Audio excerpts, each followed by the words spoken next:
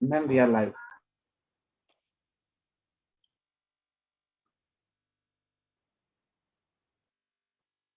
Shall we start, ma'am? Yes, ma'am, we are live. Yes.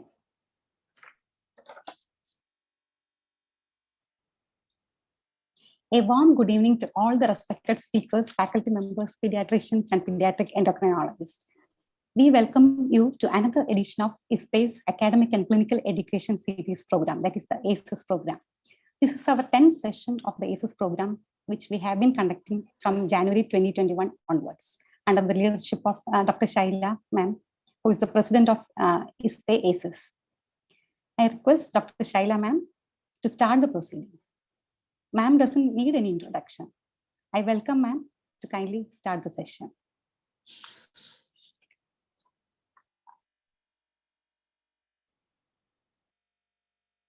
Good evening to all the Indian colleagues and good morning to Dr. Laurie and Dr. Charles. Today we have a very interesting topic of, can we start putting the next slides? Endocrine complications of cancer survivors. Initially, we will have one case discussion. The moderator for the first case would be Dr. Rajesh Kardawat. He is Professor, Department of Endocrinology, All India Institute of Medical Sciences, New Delhi. And he has got many publications and also he has got 24 Best Paper Awards. So he will be discussing a case of panhypopit and the discussant would be the Dr. Ankita. Can I have a slide, please? Dr. Ankita Srivatsav, she has done her MBBS from GSVM Medical College, Kanpur, MD from UPUMS College, and she has been resident in again KGMU, and she is currently working as a pediatric endocrine fellow at Aster CMI, Bangalore, under Dr. Kavita Bhatt. So for 20 minutes for the case presentation and then 10 minutes for the discussion. But if it is very interesting and can go on a bit more also, that's not a problem. And I also welcome Dr. Laurie from Boston and Dr. Charles from New York. And we would really appreciate your inputs during case discussion. So we can start the proceedings. Dr. Rajesh and Dr. Ankita, please. Thank you. Yeah, welcome to all. So should we go straight to the case presentation? Yeah, we start off with the case presentation. Yeah, may I request Dr. Kavita, Ankita to start with the case presentation so we can finish Okay, some time for discussion. Yeah, Ankita, start please. Yes, sir.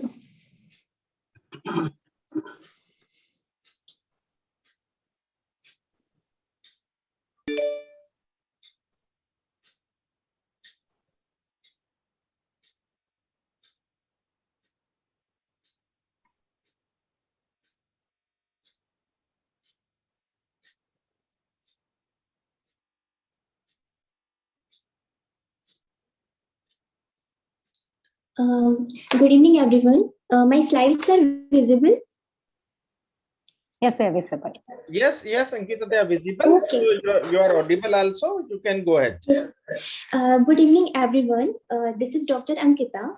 I'm currently doing my fellowship in pediatric endocrinology under Dr. Kavita Bhatt ma'am in Aster CMI Hospital, Bangalore. So in next 15 minutes, I will be talking about a post-op case of pilocytic astrocytoma. Just a minute, So, Ankita, can you make full slide presentation? It's not in presentation mode. Yes, sir.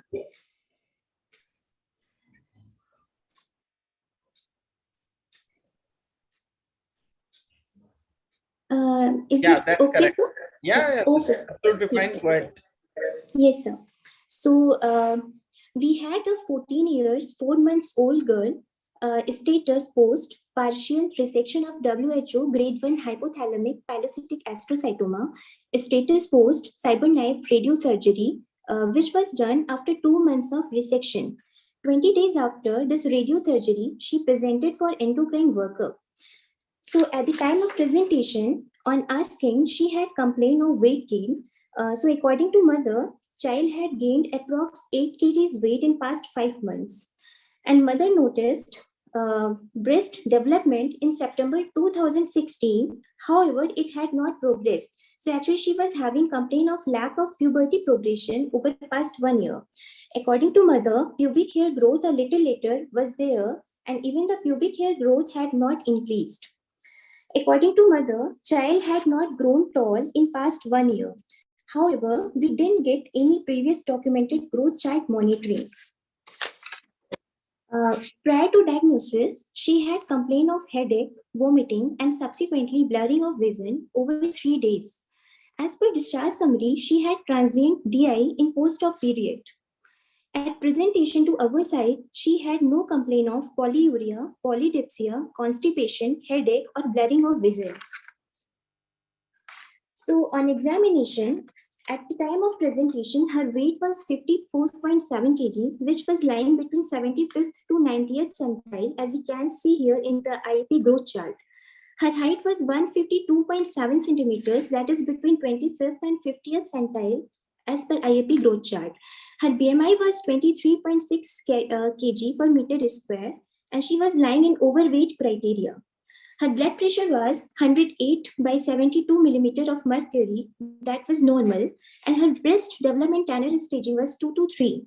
Pubic hair Tanner staging was 2, and at the time of presentation, acanthosis nigricans was also present. So at that time, Ankita, do you have any impression about MPH? sir, we didn't get any information regarding MPH. Father, he never came actually. Okay, So, okay, fine. yes, sir. Fine. Go Yes, ahead. sir. So we had some pre-op investigations, which I have mentioned here, and at the time of first visit, we did some investigations. So as we can see here, thyroid profile, her T3, T4 levels were normal in pre-op period. But when she came, at that time, her T4 level was 4.1 microgram per DL, which was low, and T3 level was 91, that was low. In pre-op period, her FSH was normal and LH estradiol levels were low.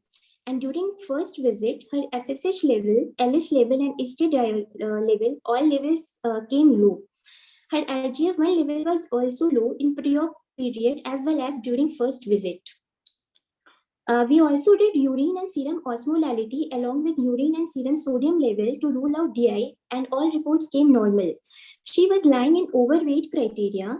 So we did HbA1c level, fasting sugar, lipid profile, and LFT to rule out all the comorbidities associated with overweight. Her bone age was done at the time of presentation, and it came as 13 years 6 months at chronological age of 14 years 4 months. Her uterine volume was 1.6 cc. So on the basis of these investigations, we found that low T4, T3 and normal TSH level would indicate central hypothyroidism. Low IGF level was suggestive of possible growth hormone deficiency. Low FSH, LH and serum estradiol levels, it was suggestive of hypogonadotropic hypogonadism. So on the basis of our assessment, we planned to start thyroxine 25 microgram and to repeat thyroid profile after 2 months of starting the medicine. And we also consult parents regarding the plan of starting growth hormone replacement therapy after 1 year and hormone replacement therapy for puberty after the family decides to begin growth hormone replacement therapy. She was advised for 24 hours input-output charting, and levetiracetam was continued as per advice from neurosurgery department. They were advised to come for follow-up visit after 2 months, but they could not come. So finally, they came 13 months later at age of 15 years, 5 months, and after 13 months of radiotherapy. At that time, her weight was 56.3 kg, still in the same 75th to 90th centile, but some weight gain was there. It was 1.6 kg, and her height was 153 centimeters. It was lying in the same 25th to 50th centile according to IAP chart. 0.3 centimeter gain in height was there. Her BMI was 25, and there was increase in BMI, still she was in overweight criteria. And her blood pressure was 110/67 millimeter of mercury, which was normal. Acanthosis nigricans was present. There was no goiter. Breast standard staging was 2 to 3, and pubic hair staging was 3. So during first follow-up, we did some investigations. So this time her T3, T4, and TSH level came within normal range. So she was euthyroid on thyroxine 25 micrograms. Her FSH, LH, and estradiol level still came low, along with low IGF-1 level. So thyroxine 25 microgram was continued, and again parents were counseled. Yes. So again, parents were counseled regarding growth hormone and hormone replacement therapy for puberty, but again, they could not come for follow-up at that time. Still, they came after 5 months of this visit, and at that time, they were not in favor of growth hormone replacement therapy. So hormone replacement therapy for puberty was started.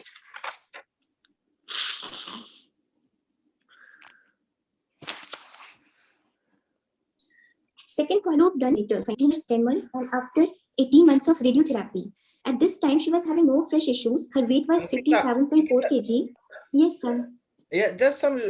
Her first follow-up age at that time was 15.5. Yes, sir. Yeah. So now second follow-up, it cannot be 15.1, so must be 16.1. Yeah. Yeah. So this is second follow-up. It should 15.5 was previously, so must be 16.1 because it was 5 months later. Dr. Ankita and Dr. Rajesh, can your videos be on? Yes, Can sir. your So videos first, be on? yes, ma'am. Dr. Ankita and Dr. Rajesh. Yes, ma'am. Yes, ma'am. Videos. Ma'am, the first follow-up was done at 15 years, 5 months. And after 5 months, again, she came. So 5 months after the first follow-up, that is the age 15 years, 10 months. 1 second. Hello. Hello. Yes, sir. Yeah, just go ahead. Go ahead. Not a problem. Just go ahead. Yes, sir. It is in respect of the previous visit, sir. 5 months. Okay, fine. Go ahead. Go Yes, ahead. sir. Yes, sir. This time her weight was 57.4 kg. Her weight gain was 1.1 kgs in past 5 months, and she was lying in 75th to 90th centile as per IAP growth chart. Her height was 153.9 centimeter. Still, she was lying in 25th to 50th centile. Her BMI was 24.5 kg per meter square, and still she was lying in overweight criteria. Blood pressure was 108/72 millimeter of mercury, and it was normal. Her breast standard staging was around 3, and pubic hair staging was around 3. So this time again we did some workup, and this time her T3, T4 level came low along with normal TSH level, and FSH, LH, estradiol levels were low along with low IGF-1 level.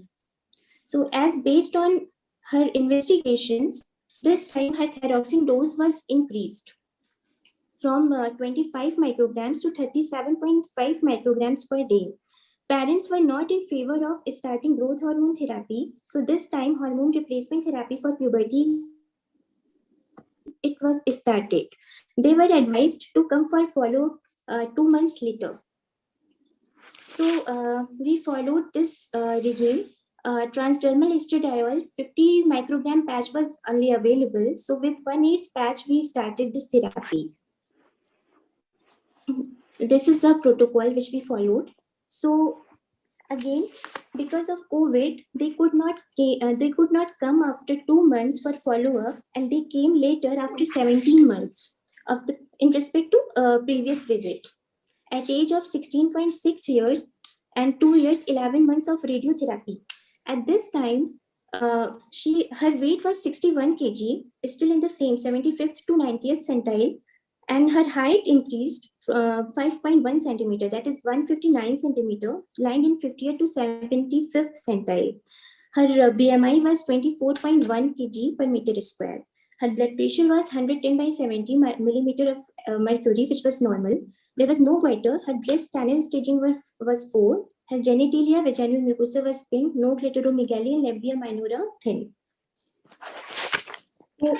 This time we did blood investigations, and her free T4 came low. It was 0.59 with normal TSH level on 37.5 microgram thyroxine. So doses of thyroxine increased further, and transdermal estradiol patch increased to 50 microgram, 1/4 patch. Again, they were advised to come for follow-up visit after 2 months, but they could not come. They came after 7 months. At 17 years, 11 months of age, and 3 years, 7 months of radiotherapy. This time she was not having any fresh complaint.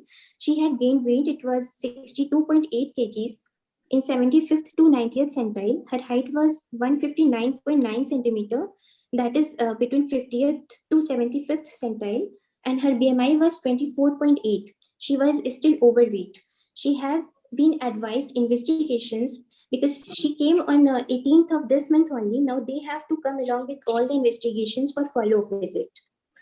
So the summary is a 14 years, 4-month-old status post partial resection and status post cyberknife radiosurgery of WHO grade 1 hypothalamic pilocytic astrocytoma was referred for endocrine workup. Endocrine evaluation was consistent with the diagnosis of central hypothyroidism, growth hormone deficiency, and hypogonadotropic hypogonadism. Thank you, sir. Thank you, Ankita. Really good presentation. And problem in such a cases is whatever you advise them, it's difficult to follow. Patients have their own limitations of coming to the hospital because of some logistic problem. Only few comments from my side is this present patient who presented at 14.4 years, no gain of height, excessive weight gain, operated for pilocytic astrocytoma, followed by radiotherapy, followed by temozolomide. So we have all kind of therapy used. Height was initially 152 centimeter, which is from Indian point of view, it's not a very bad height. Even if we see IAP growth charts, she was well within the percentile. If we could have known MPH, we could have related whether they were belonging to LPH or not. Pre-op workup was I more or asked some less questions. fairly No, normal, but post-surgery, post-gamma knife, please ask something. I think there is some background. Shala, can you put your mic off? Shala. Yeah. So, and first post-op, post-gamma knife, she was hypothyroid, hypogonad. Bone age was 13 years, 6 months at that time. So she was, because she was hypothyroid, she was started on 25 microgram thyroxine. I have a little apprehension at the dose of 25 microgram in a patient who is 54 kg, who is receiving anti-epileptic, which is although not enzyme inducer, but still she is receiving anti-epileptic drug. So better we could have started at a higher dose of thyroxine. 25 is too less. With a 54 kg, hardly less than 0.5 microgram per kg body weight. But when she came on first follow-up, her thyroid functions were normal, her T4 levels were normal. Maybe possibly she might have taken tablet on that day when blood sample was taken. Because of that, T4 was normal, although T3 levels were just on borderline. So we could have started thyroxine at a much higher dose, which is clearly exemplified by the second follow-up, where it was shown that she has absolutely low level of T4, which was around, I think you told out 0.6 or something so which is clearly low. So that means she remained hypothyroid during this period. So increasing dose to again 37.5 microgram in a patient who is 55 or 56 kg, we could have gone little bit higher side, so at least give adequate replacement, and which is again shown by the third visit or fourth visit where we have low free T4 levels. So that was one of the points. Second is even if we see this patient, IGF-1 levels are low, although we do not have reference range for our Indian population.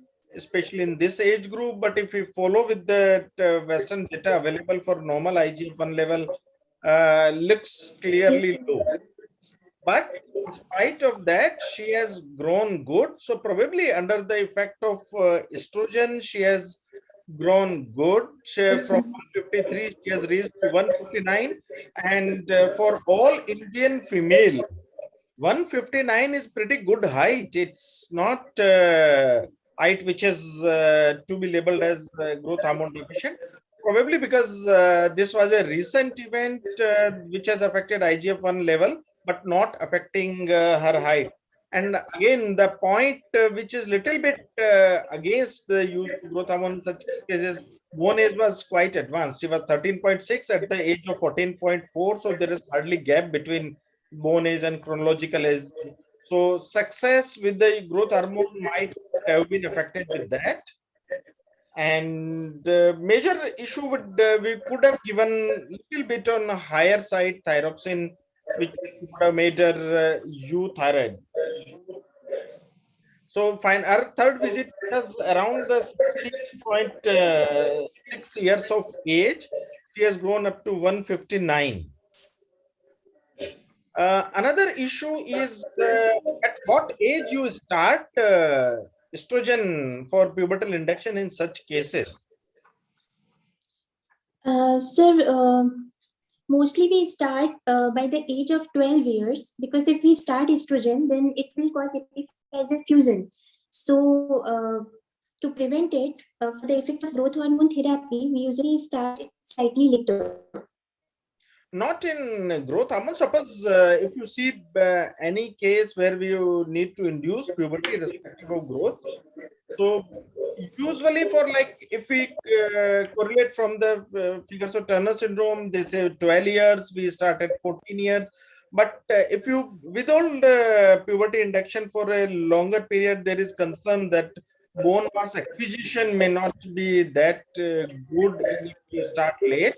And other is because of psychological consequences. Most of the girls in her age group or in her friends might have had their pubertal development advanced, and they might have started period. So there are two important concerns for starting estrogen therapy for pubertal induction late. Sir, this child when came, she was already in Tanner stage 3. It was puberty arrest. It was not induction. Yes. To progress it, this therapy was started. Yeah, that's for more reason that we could have started. Our experience with the puberty induction with the estrogen patch is very limited because of availability, because of Yes, sir. cost, and because these patches are made for hormone replacement therapy in adults, not made for puberty. So cutting these patches and using some patients are a little bit apprehensive, and then again, that cost is phenomenally high in comparison to if we use oral estrogen induction. But oral versus transdermal, there are certain advantages. Also, these advantages have not been proven in terms of clinical outcomes, but there are certain advantages like bone mass acquisition is better, uterine size gain is better with the transdermal estrogen, plus you have lesser side effect, especially thromboembolic phenomena. Although thromboembolic phenomena has not been shown in this age group, but they are a little bit better with the transdermal estrogen replacement rather than that. Can I make a comment? So there is a problem with using oral estrogen in these patients because oral estrogen increases cortisol binding globulin. And so if you're going to try to be evaluating for cortisol deficiency, and we have our standard reference ranges that we know, we might, depending on who you ask, you might use a cutoff of a morning cortisol level of 10 micrograms per deciliter. You can't do that when somebody's on oral estrogen. So I know that our bias here is that if you can get transdermal estrogen, is to use transdermal estrogen for that reason. There are some studies that have suggested that transdermal estrogen may also be better for bone health. Oral estrogen actually decreases IGF-1 levels, and IGF-1 is important for bone health. So I think there's pluses and minuses to using both. transdermal versus oral, but I actually tend to use transdermal. Yeah, fully agree with that. We know that transdermal is bad, but it's still in evolving phase because these in India the transdermal estrogen patch is limited availability and cost-wise more. So most of the patient, although advisable if available, we can use transdermal also. But more experience is with the oral estrogen induction. So what's your comment regarding thyroxine replacement? Yeah, I just wanted to mention two quick things about thyroid hormone evaluation. Many patients that are on anticonvulsants will have anticonvulsant-induced low level of total T4 and free T4. And so patients who are on certain anticonvulsants will have a picture that's identical to central hypothyroidism. So it can be very difficult initially to differentiate between the two. If the patient responds with an increase in free T4, then almost certainly it's true central hypothyroidism. The other thing is that measuring TSH in this situation is probably not at all clinically useful and can actually be confusing because many patients who are on appropriate doses of thyroxine will have an undetectable TSH. It does not mean that they're oversuppressed. It's simply what happens to patients with TSH deficiency when you treat them. So once you've established the diagnosis of central hypothyroidism, I don't think measuring a TSH level subsequently is helpful, and it can actually be confusing and make you under-treat patients. Yeah, fully agree with that. Usually, why we do TSH in these cases, usually we do not want TSH values to be done, but these are the investigations are done as a complete investigation T3, T4, TSH. Even when you ask for TSH, you ask for T4 or TSH. So you will get all three reports, whether you require it or not. Even if you like primary hypothyroidism, if you ask for TSH only, you will get free T4 values, T4 or free T4 values together. But I fully agree, TSH is not the parameter required in this case. We would have gone for either total T4 or more conveniently, we could have used free T4 in such cases. And what's your experience with using this levacitram anti-epileptic? Does it affect T4 levels? It's not non-enzyme inducer. Yeah, I'm actually not sure. I don't think so. But just depending, but many patients are on anticonvulsants that clearly do, like Dilantin and some of the older conventional. So it's just a reminder that you can't assume that patients have central hypothyroidism if they're on those anticonvulsants, and it may be difficult clinically to differentiate between the two. In particular, carbamazepine and oxcarbazepine or trileptal, they cause alterations in thyroid binding. Yes. So they really mimic central hypothyroidism. I wanted to say an additional point is that you can't, we'll talk a little bit later about diagnosis of growth hormone deficiency, but keep in mind that you need both thyroid hormone and estrogen for growth hormone secretion. So you actually can't evaluate for growth hormone deficiency in a patient who's hypothyroid or is hypogonadal. Additionally, if you do think the patient's hypogonadal, you have to look at the IGF-1 level by Tanner stage. These were clearly low, so patient probably does have growth hormone deficiency.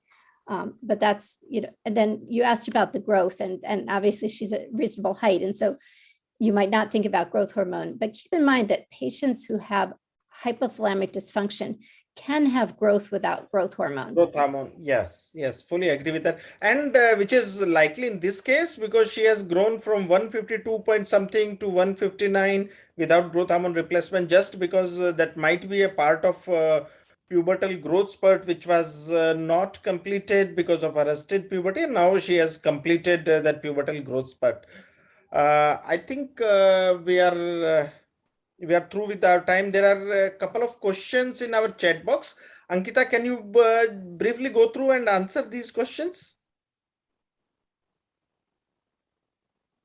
Ankita, the first one is, what was the total height gain during follow-up? Dr. Vandana wants to know, what was the total height gain during follow-up? You can unmute yourself, please. Unmute yourself, Ankita. Ankita? Yes, Yeah, ma'am. yeah. Yes, ma'am. Yes, ma'am. Yeah. Yes, ma'am. So,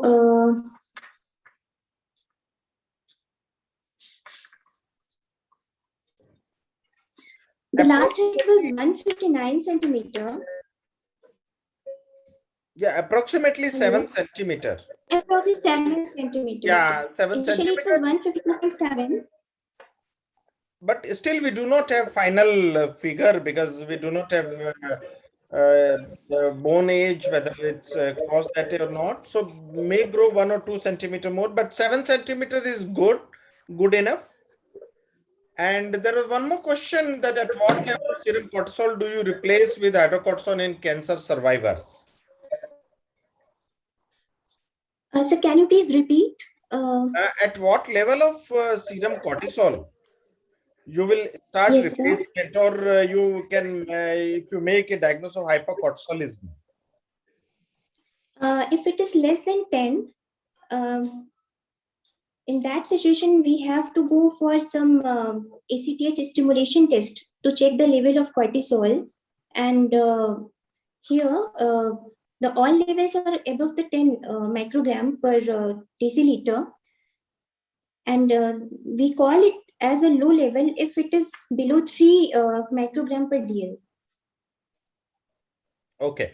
And that last question is, how growth without growth hormone, what's mechanism? It's a very old question, not very clearly demonstrated, but there are good papers which says that it's possible without growth hormone also, as happened in this case too.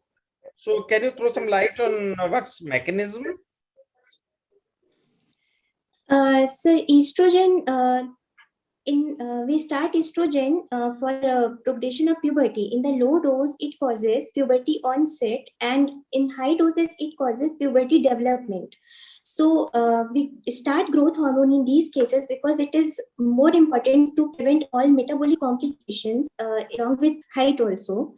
So estrogen we start, but in this case, because it might lead to epiphyseal fusion, so parents were not in favor of starting growth hormone and estrogen therapy also in the starting, but later they started estrogen and it caused some effect, and because of it only this growth was there. I think the question is, what is the mechanism when Mechanism. you grow, when you're growth hormone deficient and you don't get growth hormone or estrogen? Yeah. I think we don't know, but We don't know. Yeah, Nobody's there are figured only that out. probable hypothesis. It might be because of insulin related or because of IGF-1, but in this case, IGF-1 was also clearly low. So again, difficult, but this phenomena is clearly well described in literature. More so with the craniopharyngioma cases, where even if they have growth hormone deficiency documented, even they grow not as like normal people are growing, but they grow well, which is not typical of growth hormone deficiency. right, and they're usually obese. Yes. So it's a So one of the a diff- mechanism which is hypothesized is because they are obese, so they have higher insulin level, so maybe related to that, that's binding with the IGF receptor. So, but again, these are not well proven, these are all hypotheses. So clear answer is we do not know what's the exact mechanism. But I do have several patients who don't have an intracranial lesion who also have had growth without growth hormone, who are congenital hypopit. So it definitely exists. So, Dr. Laura, do you have any other point to make? Nope. Dr. Charles, have any further point to make in this case? Nope.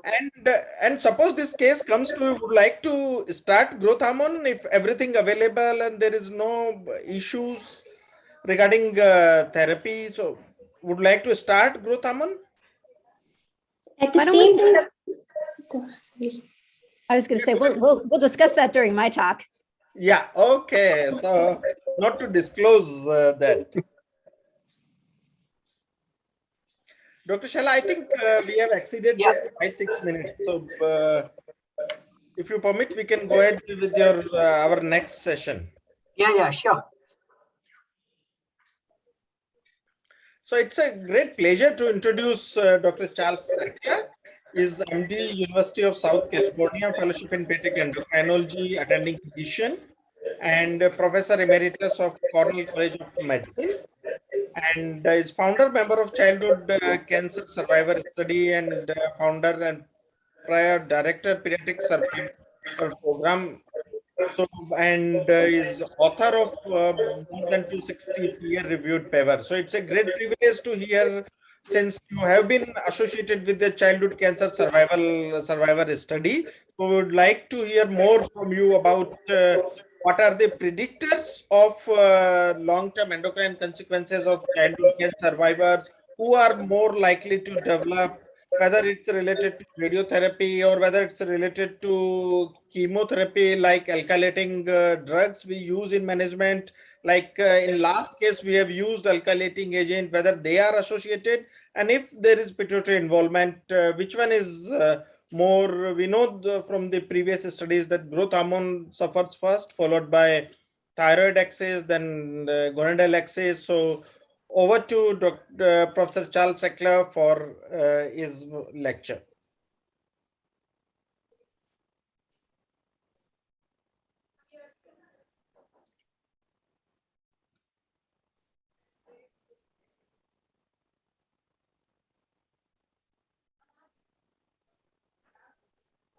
So am I audible? Yep. Yeah, okay, fine. Okay, can you hear me? Go ahead, sir. Yes, thank you very much for that nice introduction, and thank you very much for inviting me to speak today. I'm very pleased to be here. I'm going to give you a broad overview of endocrine outcomes in survivors of childhood cancer.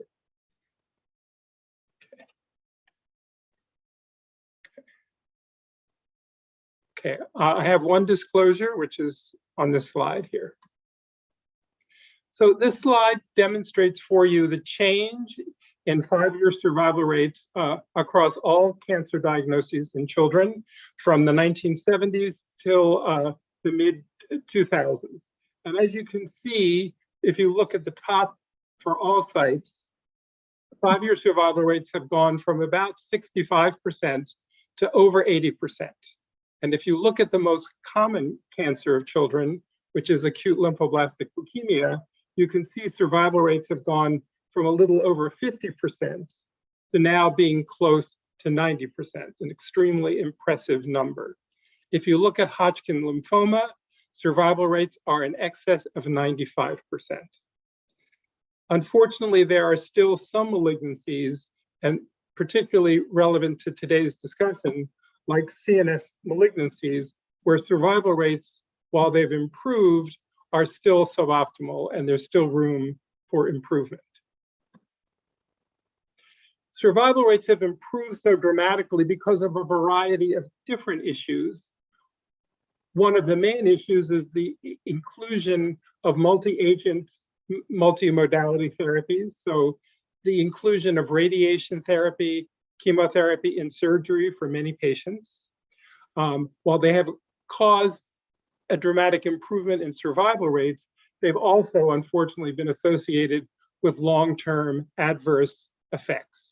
This slide here shows the spectrum of long-term complications that one can see in survivors, and they include things like growth and development, major organ system dysfunction, impaired fertility and reproduction, second malignancies, and a host of psychosocial issues.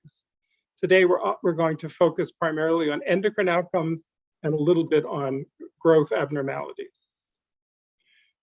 I'm going to provide a lot of data from the childhood cancer survivor study, which was mentioned a little earlier. It's a study that I've been fortunate to have been involved in from the beginning. It looks at 5-year survivors treated at close to 30 institutions throughout North America. These are individuals who were diagnosed between 1970 and 1999 and survived 5 years from diagnosis. We have treatment data, including radiation therapy and radiation doses to key endocrine organs for more than 90% of survivors. And we have biologic samples, including blood and buccal cells from more than 7,000 survivors. Okay, so one of the key outcomes that we've published from the childhood cancer survivor study was this paper that published in the New England Journal of Medicine in 2016, which looked at the cumulative incidence of chronic health conditions in adult survivors. And on the slide before you, they're divided by grades. So grade 1 through 5 is from mild to fatal, and grade 3 to 5 is from severe, life-threatening to fatal. And as you can see, as survivors age, their risk for all grades, but particularly for grades 3 to 5, increase over time. And by 30 years from diagnosis, about 40% of our survivors have experienced at least one grade 3 to 5 chronic health condition. Compared to siblings, as you can see on this slide, is that they're 3 times more likely to develop any condition, but importantly, 8 times more likely to develop a severe or life-threatening complication. So the burden of chronic health conditions is really quite significant in our survivor population. In terms of endocrine and metabolic complications, in a recent study where we looked at adult survivors of childhood cancer, 44% of survivors developed at least one endocrine complication, a median of 26 years from their initial cancer diagnosis. In addition, survivors who suffered from endocrine or metabolic disorders had a higher, were more likely to have poor health-related quality of life, and were more likely to report suboptimal physical activity, which has been associated with significant cardiovascular risk as they age. So what are the risk factors for developing late complications in general? As you can see from this slide, the initial therapeutic exposure are the single most important risk factor for late complications. So whether you receive radiation and what that dose and the organ systems radiated, whether you've received chemotherapy, again, the type and the cumulative dose, and to some degree, whether you've had surgery and at what anatomical location. All are major risk factors for late complications. These therapeutic exposures are modified by a whole host of other factors, including your age of diagnosis, whether you're male or female, your underlying genetic risks, and comorbidities, other health conditions, and lifestyle, particularly whether you smoke or don't smoke, whether you're physically active or not. In terms of age, we find that some late effects are more likely in younger individuals, particularly neurocognitive late effects, whereas young girls are protected from developing primary ovarian insufficiency if they get certain therapies at a young age versus an older age. In terms of gender, we've also found that for a variety of different reasons, females are more likely to develop a variety of late effects, including several endocrine complications, particularly precocious puberty, which is more common in females than in males. When we're talking about late endocrine complications, we also need to factor in tumor location, particularly tumors that arise in the hypothalamic pituitary region. And as we all know, and as illustrated by the the case before, is the location of brain tumors is often the major culprit and the major cause of late endocrine complications. Okay. So endocrine and metabolic complications are most often observed in survivors who've been treated with radiation, and the field of radiation includes the important or key endocrine organs. So we're talking primarily about brain tumor survivors, Hodgkin lymphoma survivors, and patients that receive total body radiation for stem cell transplantation. In addition, patients who receive high-dose alkylating agents like cyclophosphamide or busulfan are more likely to develop primarily reproductive and fertility problems. And that includes survivors of Hodgkin lymphoma, survivors of auto and allo stem cell transplant, and also survivors of certain sarcomas.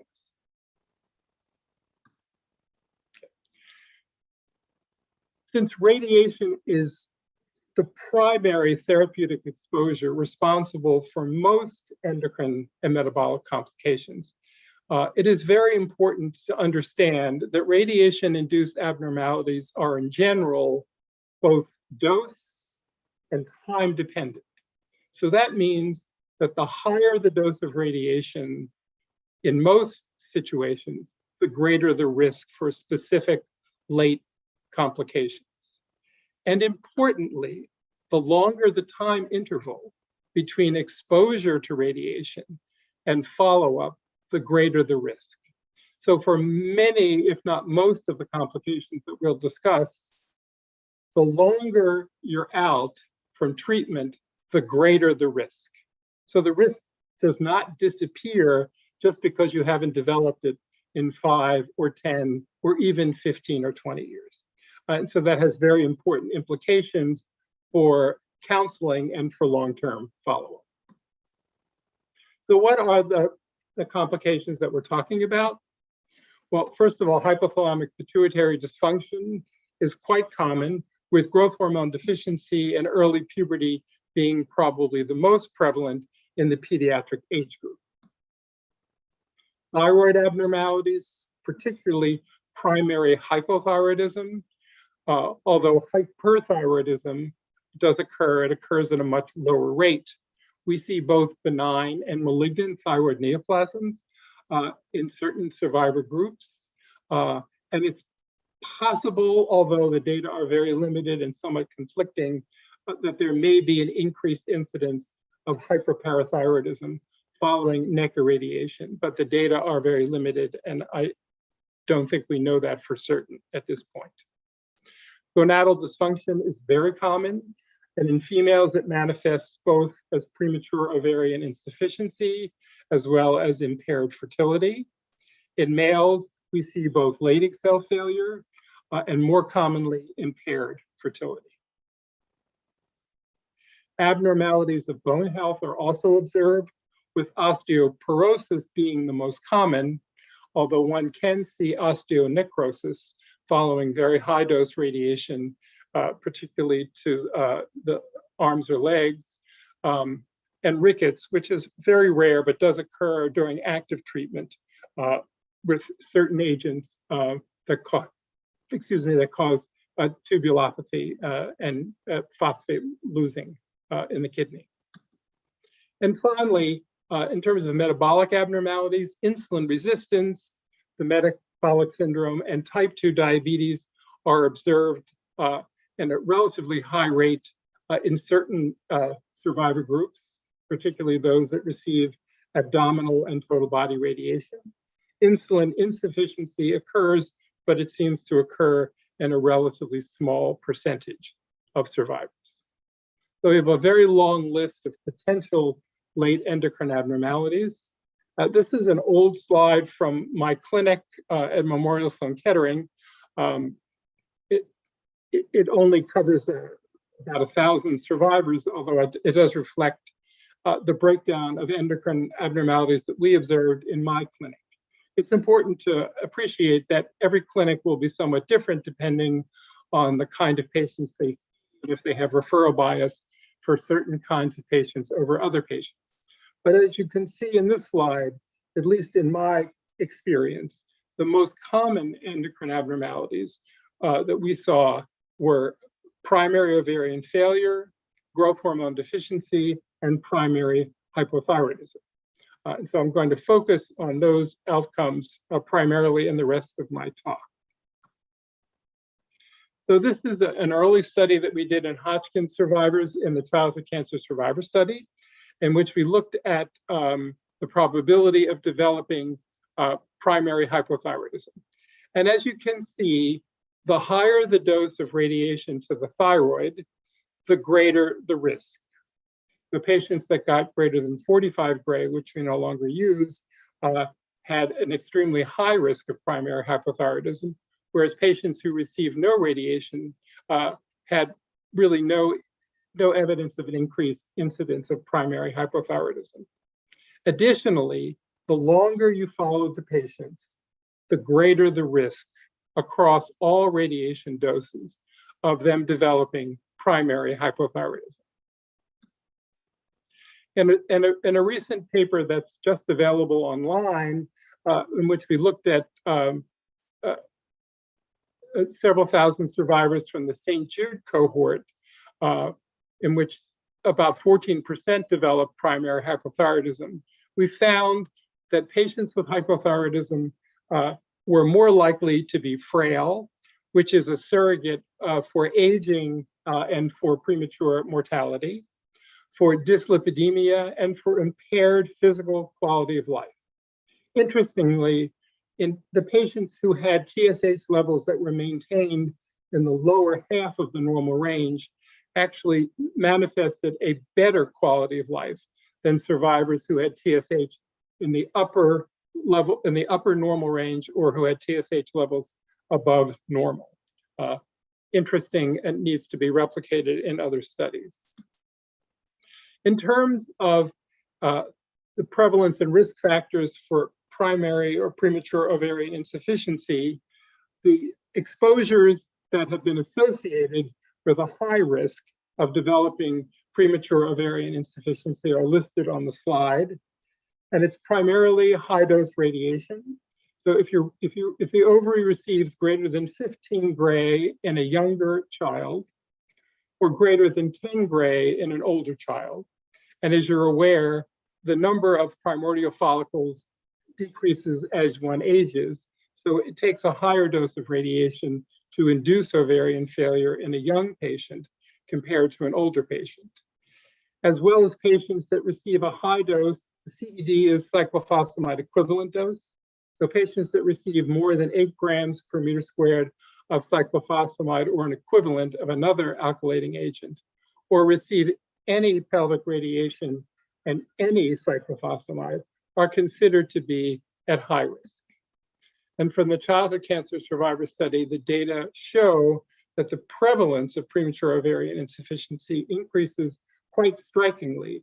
And at age 40 years, the prevalence is 40% for survivors exposed to any of these high-risk exposures. Survivors who receive none of those treatments have prevalence rates that are similar to unaffected siblings.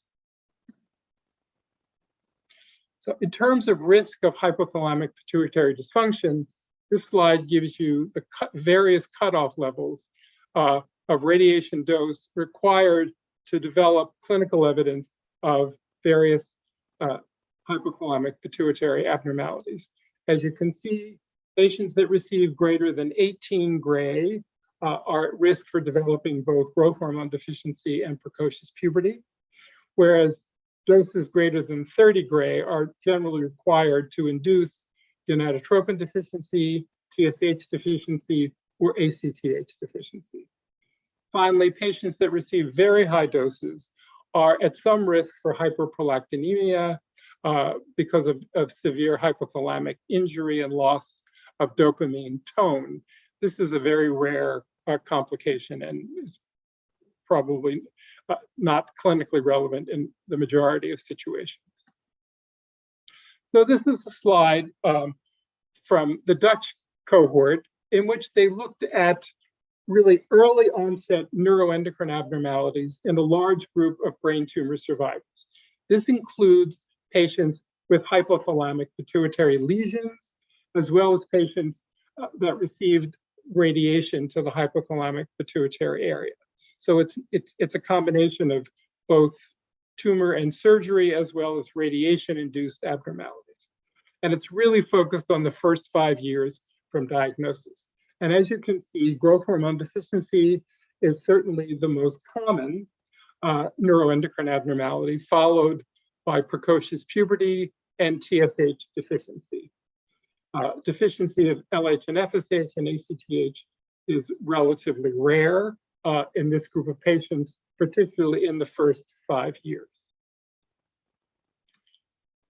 This slide, we're looking just at patients who received hypothalamic pituitary radiation. And again, looking at early onset neuroendocrine abnormalities divided by dose of radiation to the hypothalamic pituitary region. If you look at the growth hormone deficiency panel, you can see that patients that receive relatively low dose, less than 20 gray, have an extremely low incidence of growth hormone deficiency in the early years, whereas patients that receive very high doses, 30 to 40 gray, up to 50 to 75% of them become growth hormone deficient within 5-year period. ACTH deficiency and gonadotropin deficiency remain quite rare, even following very high doses in these early years. Remember again that radiation-induced abnormalities are both dose and time dependent. So for many of these neuroendocrine abnormalities, it takes a long time before they evolve and declare themselves. On the next slide, we're looking at a St. Jude cohort study of adult survivors who received varying doses of hypothalamic pituitary radiation, although most of them received relatively low doses, less than 30 gray. Nonetheless, you can see that 40 years after diagnosis, some 80% of patients have become growth hormone deficient. Some 50 to 60% have become gonadotropin deficient, but a relatively small percentage have developed TSH and ACTH deficiency. But new cases do emerge 30, 40, probably even 50 years after therapeutic radiation. So it is extremely important for these patients to be followed lifelong. So to end the talk, I wanted to sort of look at what factors are associated with short stature and poor linear growth in this population. So in terms of therapeutic exposures, radiation to the brain and radiation to the spine are the two most important therapeutic exposures associated with poor growth. So patients that get craniospinal radiation, total body radiation, patients who receive just chest or abdomen and pelvic radiation, like rhabdomyosarcoma patients, are all at risk of very significant short stature, particularly when you radiate the growing spine of a young child with high doses of radiation. Additional therapeutic exposures associated with poor growth are tyrosine kinase inhibitors like imatinib, retinoic acid, high-dose steroids, and a recent study suggested that drugs such as CCNU and busulfan may also independently be associated with poor growth, although that is not my personal experience and I think needs to be replicated. In terms of host factors, the younger you are at diagnosis and treatment, the greater the likelihood that you will have impaired growth. Again, females appear to be more affected than males for probably a variety of different reasons, partly, I think, because they are at higher risk for precocious puberty, but there are probably other explanations as well.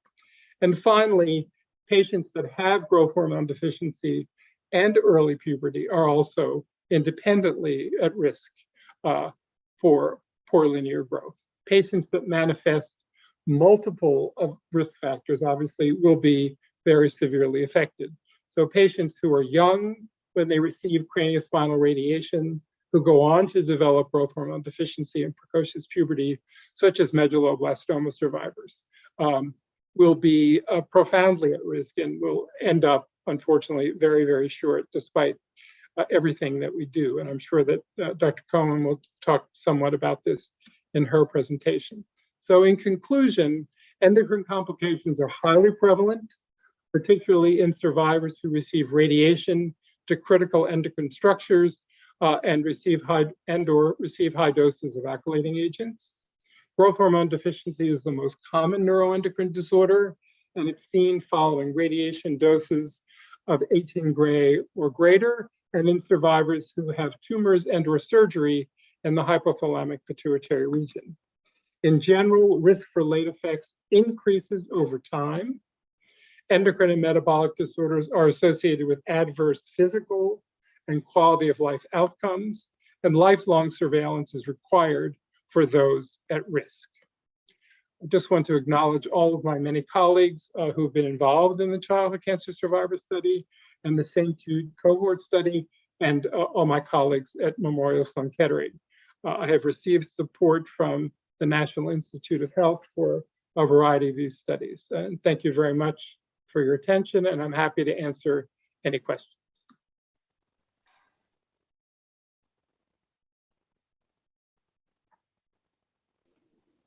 Dr. Sheila, do Yeah, we have Dr. time for a couple of questions? Yeah, sure. We have time. Please take the questions. Dr. Charles will answer them. Yeah, Professor Charles, wonderful lecture, and we have seen your publication in JCM way back in 2019, where all risk factors and predictors have described. So there are a couple of questions. One question is, premature ovarian failure is one of the commoner endocrine problem. What's your experience with future fertility preservation strategies?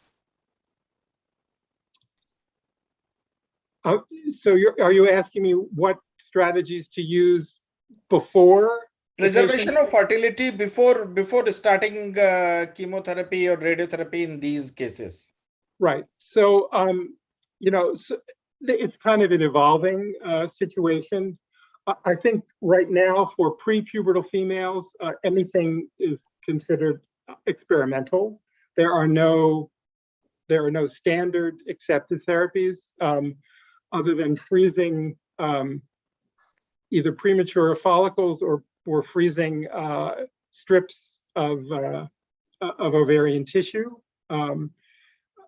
It is being done primarily in a research setting.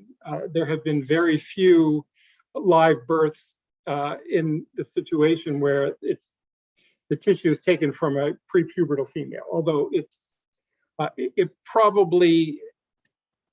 does work, but the experience is very, very limited. However, in pubertal aged individuals, egg retrieval is now becoming standard and is standard of practice in many institutions in the United States. It obviously requires time and it's an expense, but for females that are at high risk of developing premature ovarian failure, they are counseled and they can partake in oocyte retrieval in a reproductive unit prior to the onset of treatment if they're healthy and if it's considered safe. In some patients, delaying therapy to do this is not considered safe, and it's not done. So it's a real option for menstruating adolescents. It's much more of an experimental high risk, not high risk, but low yield procedure in prepubertal females. But it is offered in both settings at my institution. Yeah, that's good enough. So another question is imatinib associated growth hormone deficiency used in oncology, especially like CML. So what's your experience on that, and what's about safety of growth hormone in these cases? Right. Well, I think, first of all, I think imatinib-induced growth impairment, to my mind, I think we don't fully understand exactly the mechanism. I think that some studies have shown that some patients have impaired growth hormone production, but I think imatinib can impair growth at the level of the bone, and it can affect growth independently of the growth hormone IGF-1 axis. My personal experience is very, very limited. We, in general, have not given growth hormone to patients who are on active therapy because of concerns about activating the malignancy in terms of possibly impairing or affecting the efficacy of the treatment. And because we don't really have a lot of data to show that it's efficacious. And the guidelines that we published a couple of years ago, we recommended against using growth hormone in that setting. I think that things may have evolved a little bit, and I know that Dr. Cohen has a different approach to my own. But I have treated maybe 1 or 2 patients, and I've not seen much success in those 1 or 2 patients, but it's very limited experience. We know that those patients, when you stop imatinib, or even if you continue it as they go through puberty, they often do grow better. So it's a complicated situation.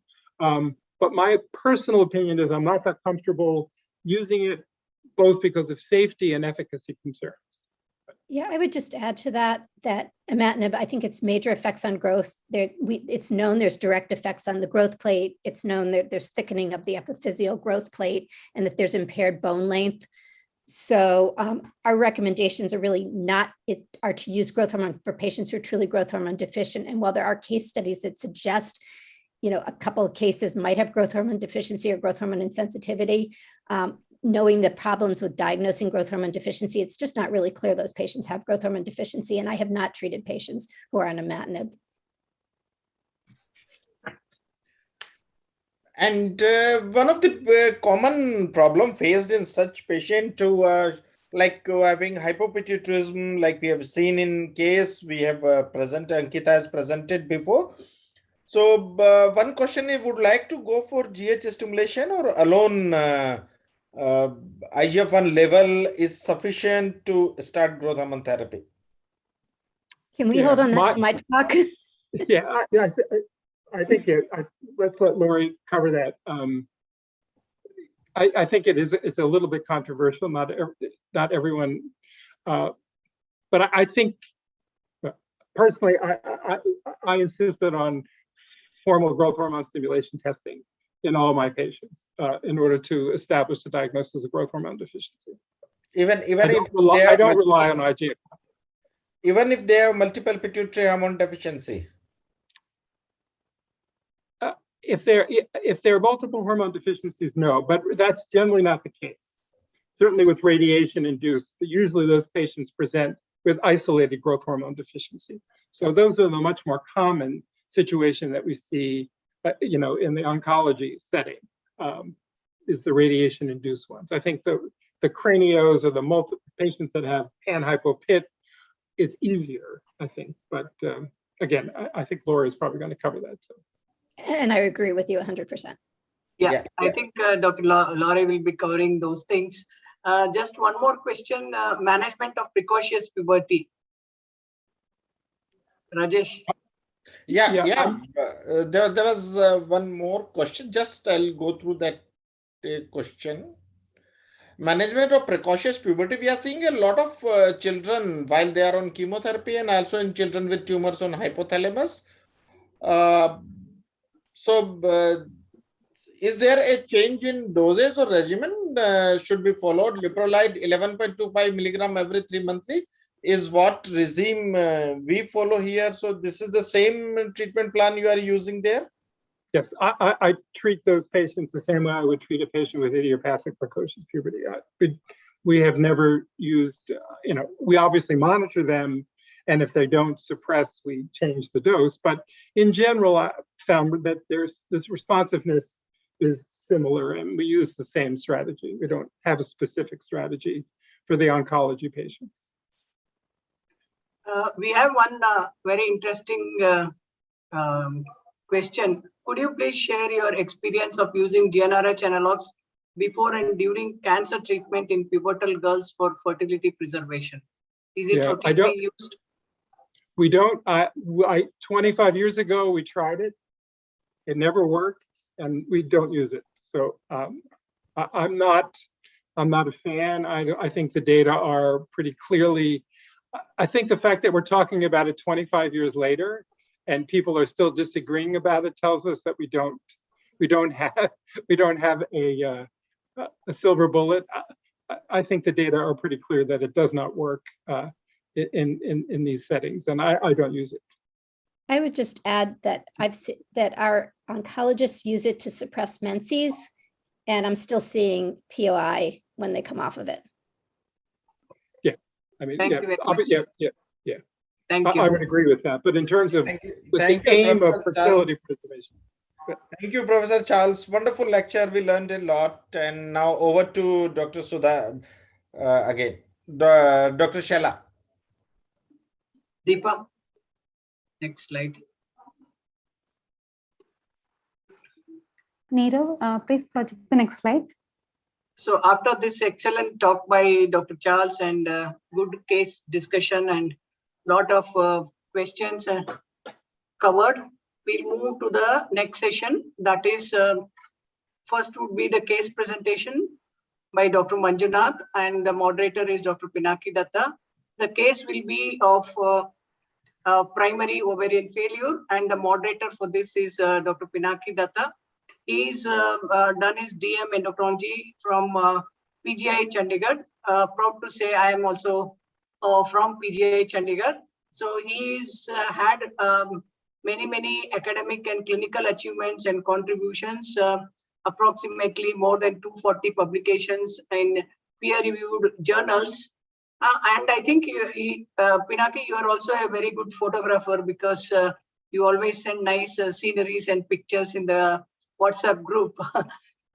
Next is the presenter would be Dr. Manjunath Dodamani. He is senior resident, third year SR, DM endocrinology from the Department of GS Medical College and KM Hospital, Mumbai.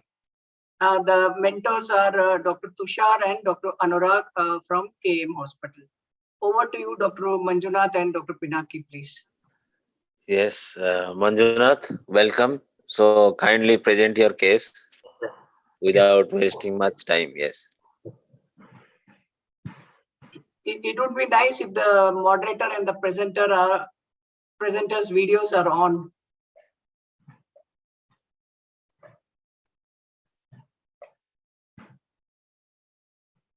Thank you, Dr. Pinaki.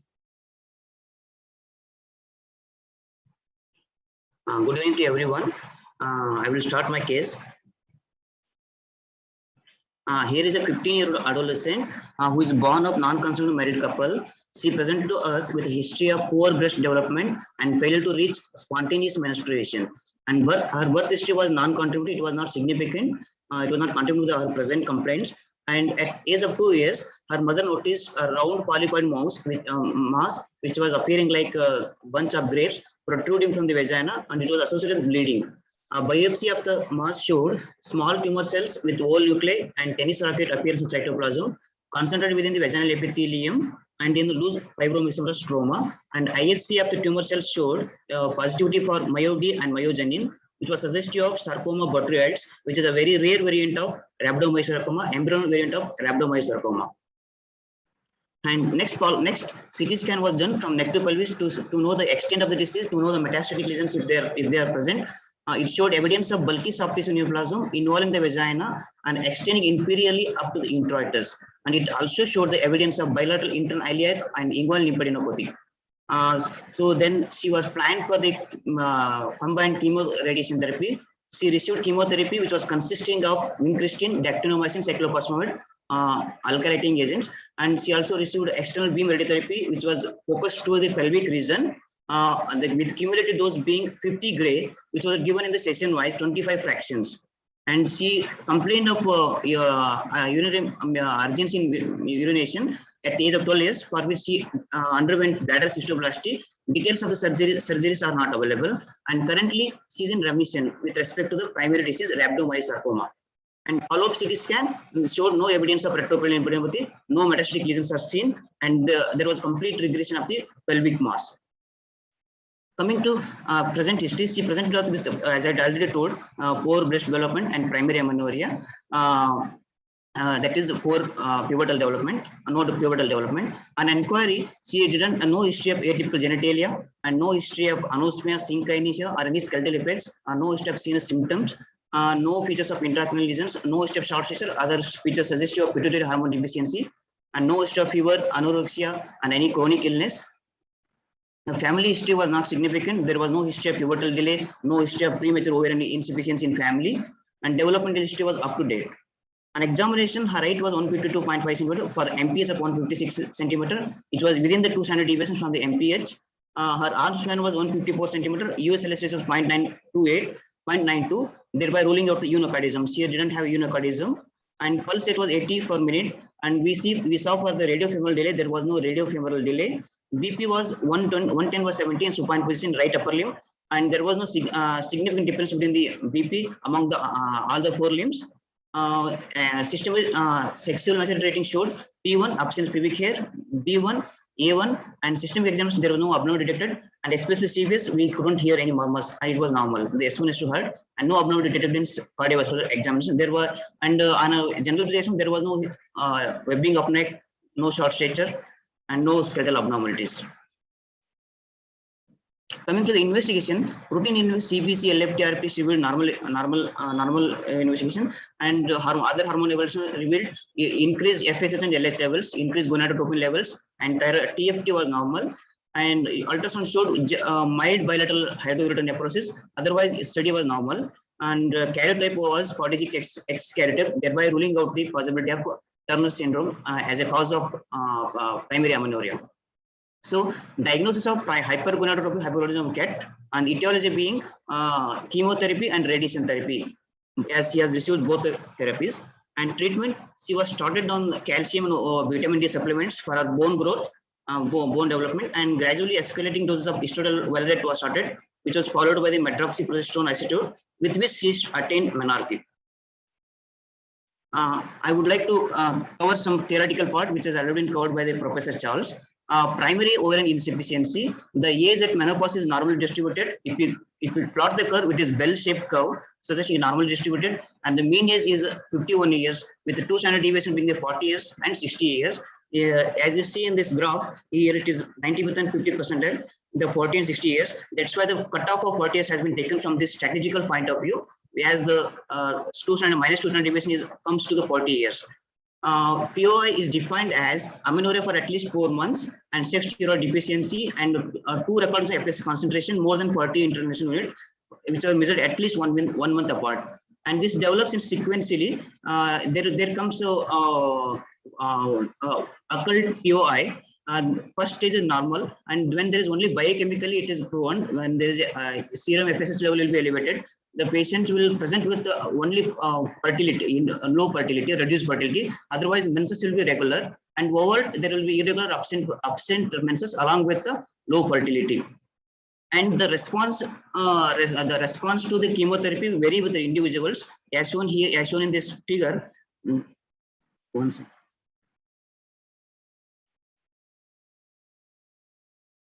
As shown in this figure, some individuals might develop complete damage to the Graafian follicles, and they will go into primary ovarian insufficiency. Some will recover the Graafian follicles, and even then, after recovery, their reproductive lifespan will be shortened. Coming to the etiologies of ovarian insufficiency, it is mainly ovarian development and abnormal follicle stimulations. Most common will be Turner syndrome, Fragile X syndrome, and ovarian toxins, chemotherapy drugs, radiation, mumps, cytomegalovirus infection, and autoimmune ovaritis. And abnormal follicle stimulation, there are genetic etiologies like BMP15 mutation and steroidogenic enzyme defects, and very rarely FSH receptor mutation and GS alpha subunit gene mutations. Coming to the risk associated with other drugs with respect to POI, as we all, it is well known that the chemotherapy, there are some drugs are very low risk and high risk. With among the high risk groups, it comes the alkylating agents, because these alkylating agents doesn't require the proliferation of the cells as opposite to the antimetabolites, which require the proliferating cells, highly proliferating cells. So these due to that, these can act on the even resting cells, oocytes, thereby damaging the resting oocytes also. So these are associated with the highest risk, and some diseases are associated with high risk because of the alkylating agents are used, and because of the disease process also. Some diseases are associated with high risk, like Hodgkin disease, soft tissue sarcoma, and breast cancer.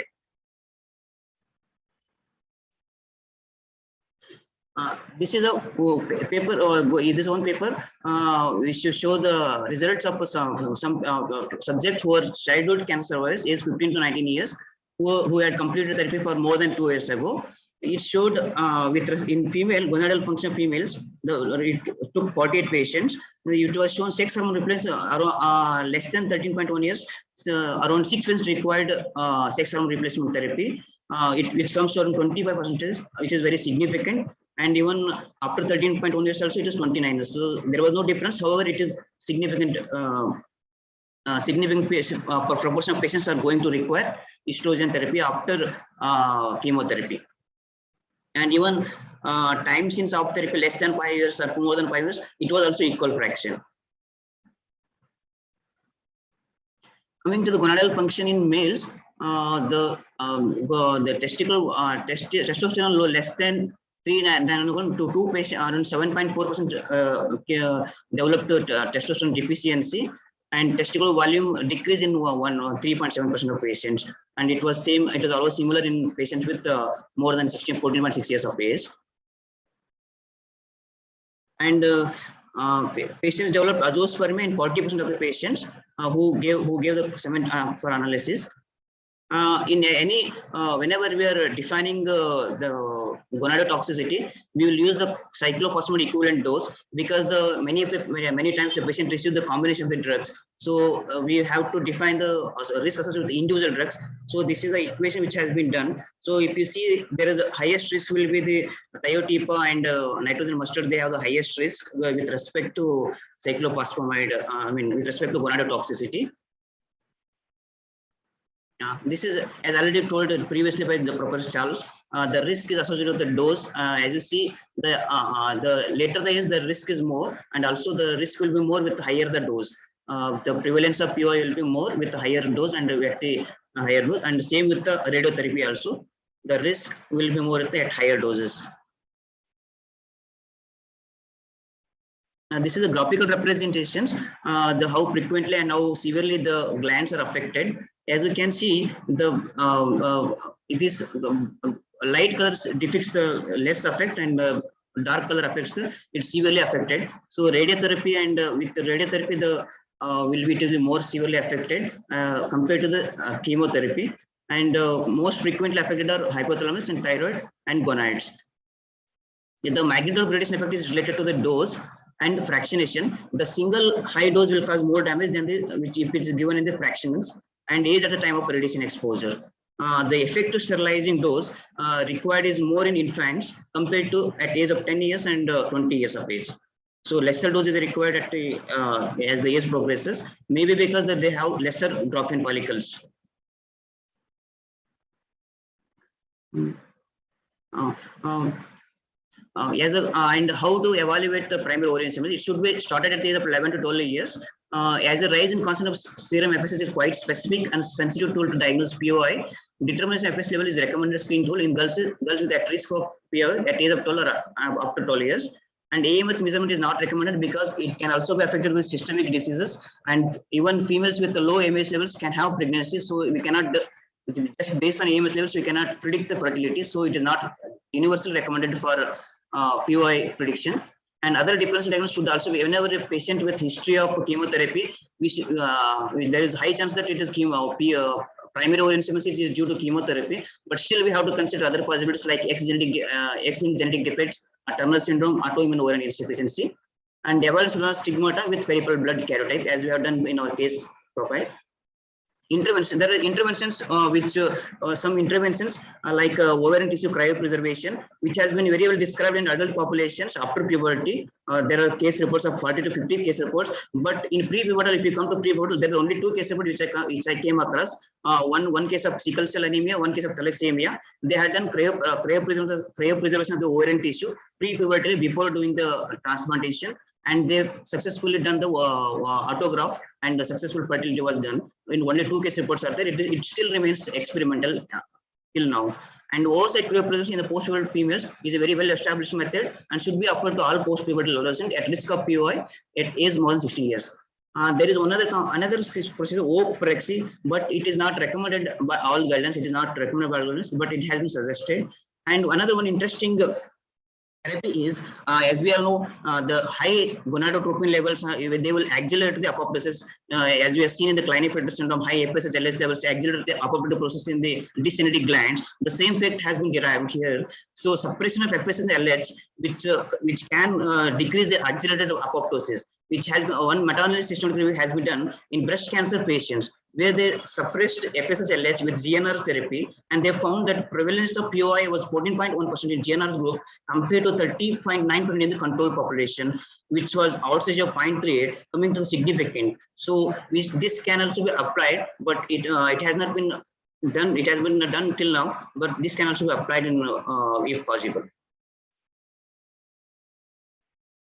Coming to the treatment, the timing and dosage or route of estrogen replacement in females is same as recommended by the girls with Turner syndrome or other causes of POI. So results of childhood cervical cancer survey was very reassuring with regard to breast cancer development. There was there was anticipation that it can cause increased breast cancer, but however, the childhood cancer survey study didn't. It was very reassuring that there was no increased incidence of breast cancer once starting the estrogen replacement dose.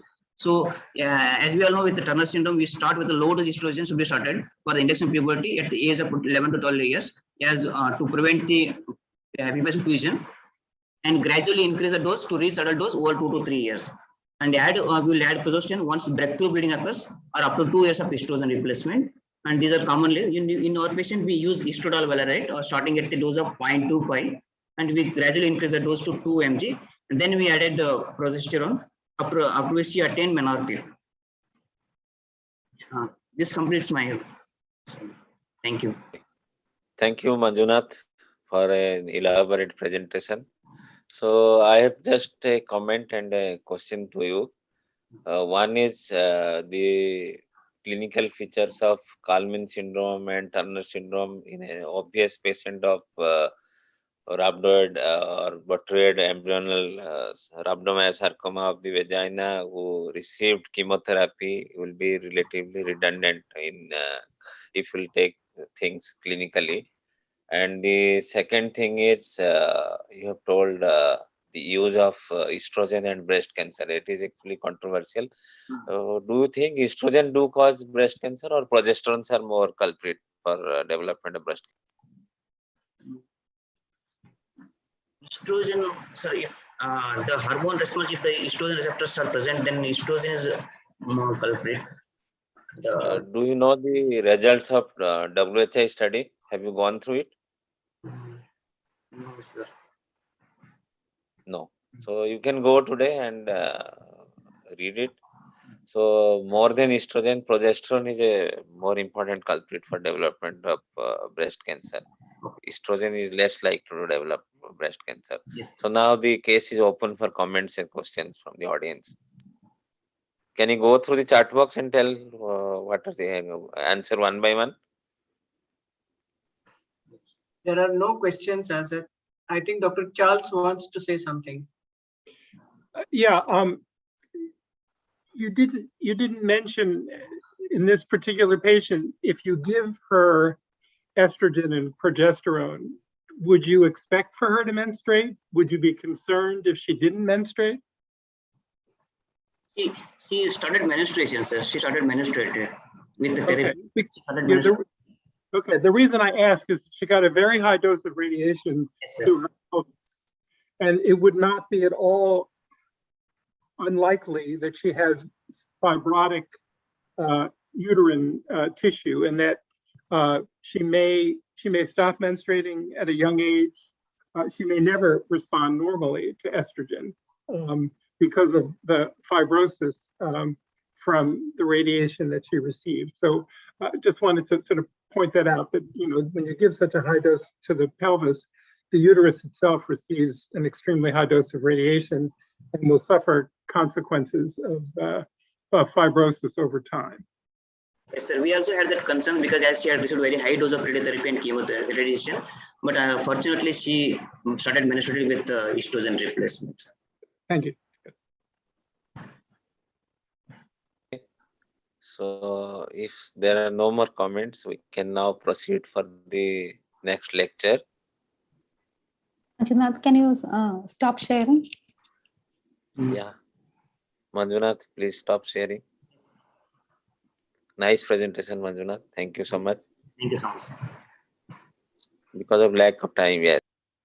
Now I have the opportunity to introduce Professor Cohen. She is the Director of Neuroendocrinology and Growth Program at Mass General Hospital and Associate Professor of Pediatric at Harvard Medical School. And she has major contribution to various perspective papers and consensus guidelines on growth-related topics and on screening and treating endocrine late effects in childhood cancer, survivors for children's oncology group. And she has many research publications, and she is actively involved in clinical research, characterize endocrine sequelae in patients with hemorrhagic and oncogenic disorders. So welcome, Professor Cohen. Kindly start your proceedings. Oops. Let's see. There you go.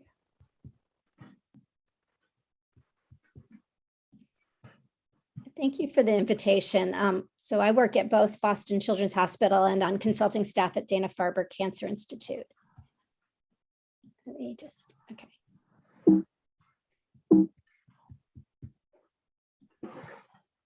So here are my disclosures. So for today's objectives, I want everybody to recognize the risk of growth hormone deficiency in the childhood cancer survivor, understand the need for periodic evaluation for development of growth hormone deficiency, and understand the benefits and risks of growth hormone deficiency in the childhood cancer survivor. And I'm going to use some guidelines that I was fortunate to work with Dr. Scler on for the Hypothalamic, Pituitary, and Growth Disorders in Survivors of Childhood Cancer Society, an Endocrine Society clinical practice guideline that was co-sponsored by the European Society of Endocrinology and the Pediatric Endocrine Society and endorsed by the Pituitary Society. And here I will show you some recommendations, recommend when there's better evidence in green, suggest in yellow, and just consensus in red. So I'd like to start with a case, and this was a girl who was diagnosed with medulloblastoma just after age 8. She had resection and then received cranial spinal radiation therapy, 36 gray, with a boost to the posterior fossa to 54 gray. And she also received chemotherapy with vincristine, cyclophosphamide, and cisplatinum. And during that treatment, her growth did fail a bit, but she had lost a lot of weight. And at age 9 years, 2 months, just after treatment, she had had growth factors measured and IGF-1 level was lower than median, not at the lower limits of normal at 93.3 micrograms per liter. And an IGF binding protein 3 was 3.3 milligrams per liter, so close to median. And at that time, it was decided that her poor growth was probably related to undernutrition. So I want to use this, though, to talk about IGF-1 and IGF binding protein 3 levels in the diagnosis of growth hormone deficiency. And this top chart is a summary from a companion meta-analysis that accompanied the consensus statement. And depending on the studies in cancer survivors, the sensitivity of using IGF-1 levels was anywhere from 47 to 61%, with specificity of 77 to 100%. For IGF binding protein 3, sensitivity was even lower at 20%. However, in a study by Catoni et al., sensitivity of IGF-1 levels when they were lower than -2 standard deviation scores was higher in patients with severe growth hormone deficiency, and they defined that with a peak growth hormone of less than 3 micrograms per liter after an arginine insulin tolerance test. But they noted normal IGF-1 levels despite diagnosis of growth hormone deficiency being seen most frequently after lower dose hypothalamic pituitary radiation therapy. When IGF-1 levels were below -2 SDS, it predicted adult growth hormone deficiency in 100% of cases. So really severe and permanent growth hormone deficiency, suggesting that very low levels of IGF-1 may be diagnostic. So IGF-1 levels have not been felt to be the best screening tool in children who are cancer survivors who have growth hormone deficiency. This was a study by Reimer et al. And what I want you to notice in patients who've had Craniophrangioma, primitive neuroectodermal tumors, or hypothalamic chiasmatic gliomas, that there's a wide range of IGF-1 levels in patients who've been diagnosed with growth hormone deficiency, with many patients having IGF-1 levels in the normal range. However, notice that here, only one patient had a level above 0 SDS, suggesting that when you have an IGF-1 level that is in the higher side of normal, very unlikely to have growth hormone deficiency, and therefore IGF-1 levels may be helpful as a screening tool. Now keep in mind, while growth hormone stimulation testing in all these studies has been used as the gold standard, we all know that there are problems with growth hormone stimulation testing. The challenges include lack of standardization of diagnostic tests, lack of standardization of cutoff values, growth hormone assay variation, and obesity blunts growth hormone response. Also keep in mind, if you're doing growth hormone stimulation testing, not to use growth hormone releasing hormone, because the damage from radiation is felt to be at the level of the hypothalamus. And I think this came up earlier. If there's a high pretest probability, poor growth, other anterior pituitary hormone deficits, and exclusion of other etiologies. So all those other etiologies that Dr. Sklar talked about, such as total body irradiation may affect bones directly. Imatinib, we talked about cisretinoic acid. Some people think that only one test is sufficient. I still like to do 2 growth hormone stimulation tests because of the high likelihood of failure to just one.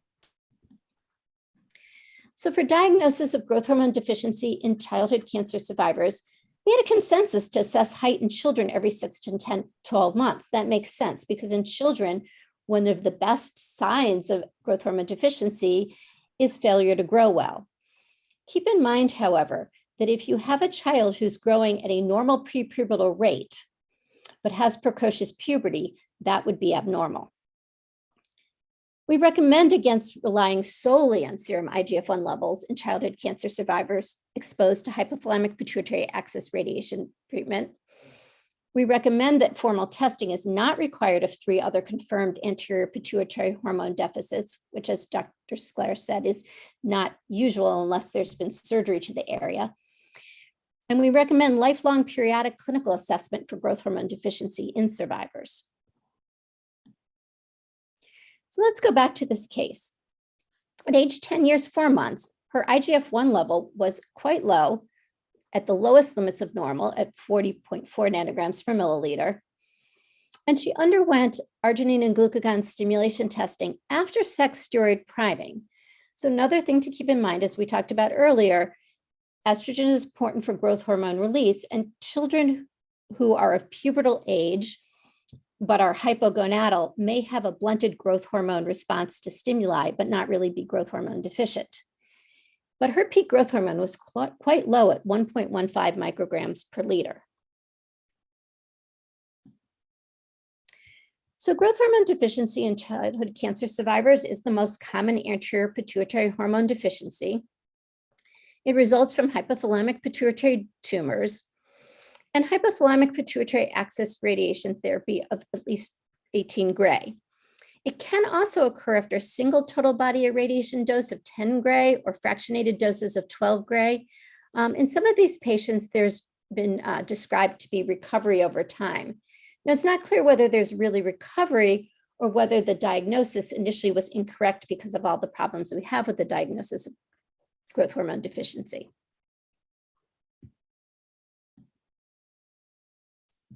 So how common is growth hormone deficiency after radiation therapy? In the childhood cancer survivors study that Dr. Sklar talked about, 17.3% cumulative incidence of growth hormone deficiency after at least 18 gray within 15 years. However, this might be underreported. These cases may have been missed because of lack of systematic evaluation. So in modeling from a prospective study done at St. Jude by Merchant et al., looking at childhood growth hormone deficiency after cranial radiation, where they did stimulation testing on these patients every year for 5 years, including at baseline prior to radiation, and used a cutoff peak growth hormone of 7 nanograms per milliliter or micrograms per liter. You can see, as shown earlier, that the higher the dose of radiation, the lower the peak growth hormone, and the more likely to develop growth hormone deficiency at an earlier time. But with all doses of radiation, the peak growth hormones did decline over time. Growth hormone deficiency developed as early as 12 months after greater than 60 gray, 26 months after 25 to 30 gray, and 60 months after 15 to 20 gray. Now I'm going to use some data that Dr. Sklar reported back in the 1990s about growth hormone deficiency after lower dose cranial radiation. And I think it's important to note that many of the patients who receive the lower dose cranial radiation receive other therapies that can affect growth as well. And these are patients with leukemia. And as you can see that these patients at adult final height, they end up shorter relative to the mean than when they started. And here there was overall in the group not a significant difference with 18 gray, suggesting with the lower doses of radiation, less likely to cause growth hormone deficiency, whereas the higher doses, 24 gray, had decreases in, further decrease in height. But as talked about earlier, children less than 4 years of age, especially female, were more affected. I'm sorry about this twitchy mouse here. Is there growth hormone neurosecretory dysfunction at these lower doses of radiation? This has been better studied in adults. So Darzy's group showed that there was retained growth hormone pulsatility and diurnal variation in adult patients with severe growth hormone deficiency. They had normal growth hormone secretory profiles. They actually passed stimulation testing, but they had a lower absolute growth hormone peak, suggesting that there might be some damage, despite being having these normal responses. And they hypothesized that there may be decompensation of a partially damaged hypothalamic pituitary axis when there's increased demand for growth hormone secretion, such as in puberty. And that might be why with the lower doses of radiation, it seems to be most occurring in puberty. So putting this all together, at the lower doses of radiation, 7 to 12 gray, more commonly seen with hematologic malignancies, especially after total body irradiation, growth hormone deficiency is usually mild and in puberty only. When you start to get to 18 to 24 gray, you do start to see growth hormone deficiency. This is for hematologic malignancies. And we start to see 24 gray used for central nervous system tumors. You may see whole brain for standard risk medulloblastoma, for example. Here, there's pubertal insufficiency, isolated growth hormone deficiency in about 30%, probably in those with those higher doses towards 24 gray, and compensated growth hormone deficiency in some. With non-hypothalamic pituitary central nervous system tumors receiving 30 to 50 gray, growth hormone deficiency has been described in 50 to 100% and compensated growth hormone deficiency in some. Now, these are based on many older studies, and the older studies used photon radiation. Many people are now using proton radiation for some patients, and proton radiation does not have significant scatter radiation on exit from the target. And so we may not see these same high levels after radiation for non-hypothalamic pituitary central nervous system tumors. Non-central nervous system tumors that receive 50 to 70 gray, which are typically nasopharyngeal and tumors of the skull base, and especially the nasopharyngeal, are close to the hypothalamic pituitary area. Growth hormone deficiency seen in almost all after 5 years.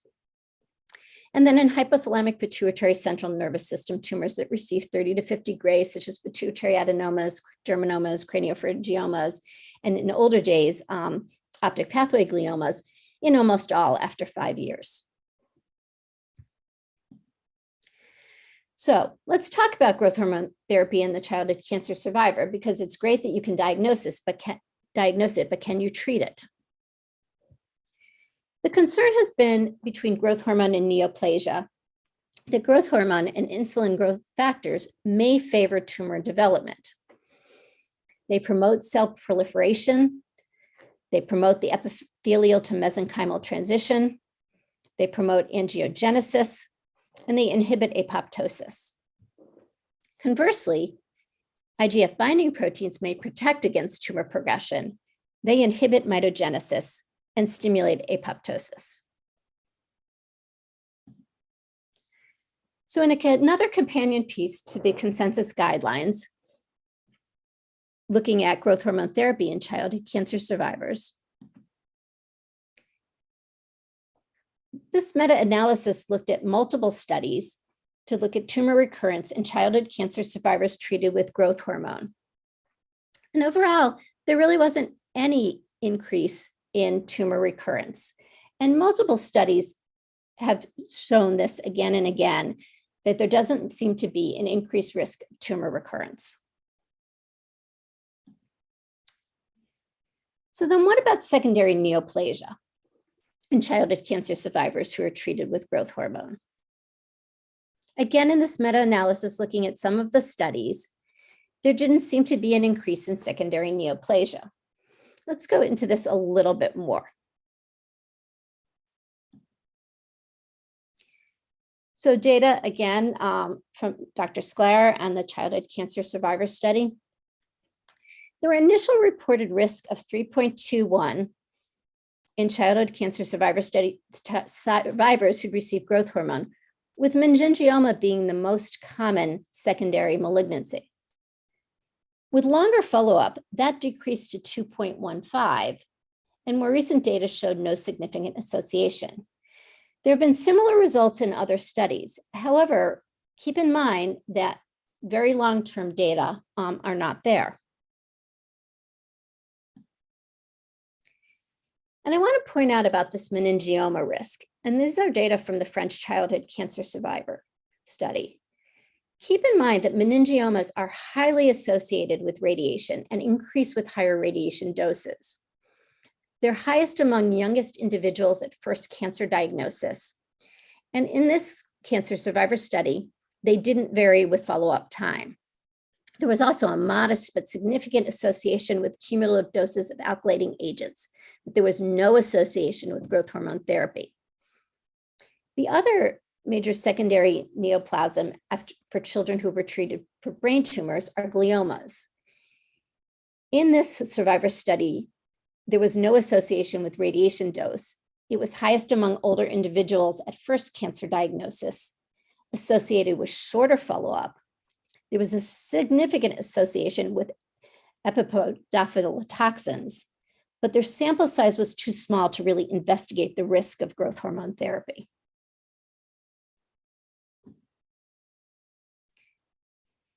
Now, separately, a non-malignant neoplasm is the craniopharyngioma. And people often ask about growth hormone therapy in craniopharyngiomas, as craniopharyngiomas tend to recur, and there are theoretical concerns. Craniopharyngiomas have growth hormone receptors. They have increased growth hormone receptor, and increased growth hormone receptor expression in vitro may be associated with tumor aggressiveness. When exogenous growth hormone is added to craniopharyngioma cells in vitro, there is cell growth. But actually looking in real life of growth hormone therapy in craniopharyngioma, case control studies of children and adults with craniopharyngiomas, as well as non-functioning pituitary adenomas, show no increased risk of recurrence with growth hormone therapy. That's including those with remnants and including those treated with radiotherapy. And post-marketing surveillance studies show similar findings.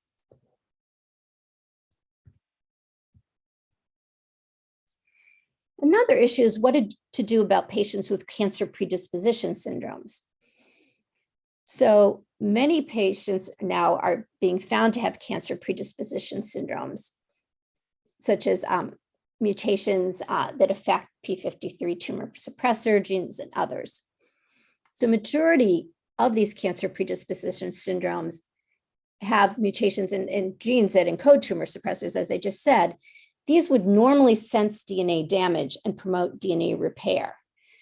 Examples of this are Bloom syndrome, Li-Fraumeni syndrome, Lynch syndrome, Fanconi anemia. And growth hormone and IGF-1 may reduce the time for DNA repair.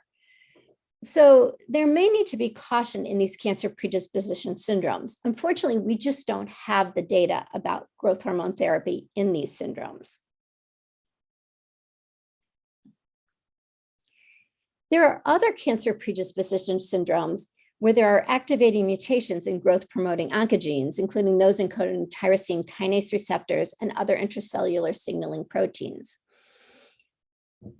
The majority are RASopathies, where there are mutations in genes involved in the RAS-MAP kinase cell signaling pathway. Examples of these are Noonan syndrome, neurofibromatosis 1, Costello syndrome, and Legius syndrome. And again, there really are no data in patients who have cancers and these cancer predisposition syndromes as to whether growth hormone is safe or not. The only data we really have is with Noonan syndrome, because Noonan syndrome has an indication for growth hormone therapy. And to date, there has not been an increase of growth hormone therapy on malignancy developed in patients with Noonan syndrome who do not have a prior malignancy.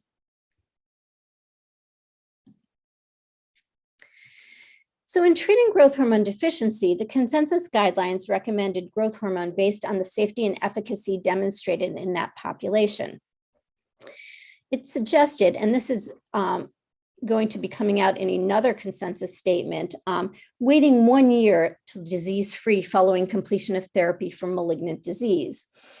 One of the reasons for waiting for 1 year is that that is the most common time for tumor relapse. And while we don't think growth hormone is causing tumor recurrence, there are lots of reasons to not give growth hormone to somebody who is being actively treated for therapy. In addition, you want recovery. So I showed you that patient had undernutrition that affects growth. Inflammatory states also cause growth hormone resistance. So many reasons to wait for a year. However, there are many people now who feel for non-malignant disease, such as Craniophrangioma, that one could start treating as early as 3 months. There's another question if somebody has chronic stable disease and thus may not ever be disease-free. And I think that came up a bit with the imatinib, but here, particularly optic pathway tumors. There it was advised discussing the appropriateness and timing with the patient's oncologist, as well as informed consent, risk benefit with the patient and their parent or guardian. Keep in mind, there's going to be a risk benefit with anything that's done. And for some of these optic pathway tumors, where they may burn out in adulthood and then the adult be disease-free, not treating growth hormone deficiency may mean that as an adult, they are quite short and they have had other metabolic issues.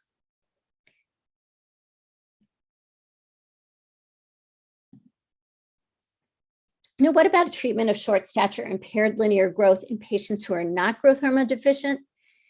Consensus suggested against using growth hormone in these childhood cancer survivors because of the long-term unknown effects. So this patient had growth hormone discontinued at age 15 years, 9 months. And while this growth chart doesn't show it, she really had pretty much stopped growing. She was significantly shorter than her midparental height, and her arm span was equivalent to her midparental height. So she'd received cranial spinal radiation, and there's significant expected height loss. The higher the dose of radiation, so 40 gray, 25 gray, 10 gray, and the younger the age. And if she received radiation at 8 years at a dose of about 36 gray, you can see she was expected to lose on average about 7 centimeters in adult height. And you need to keep this in mind when treating somebody with growth hormone who receives spinal radiation, as that you're not going to reach their mid-parental height. And in these patients, I often will follow their arm span just to give me an idea of how they're growing. So back to the case, off growth hormone, she had increased adiposity. Her IGF-1 level was frankly low with a Z-score of negative 2.2.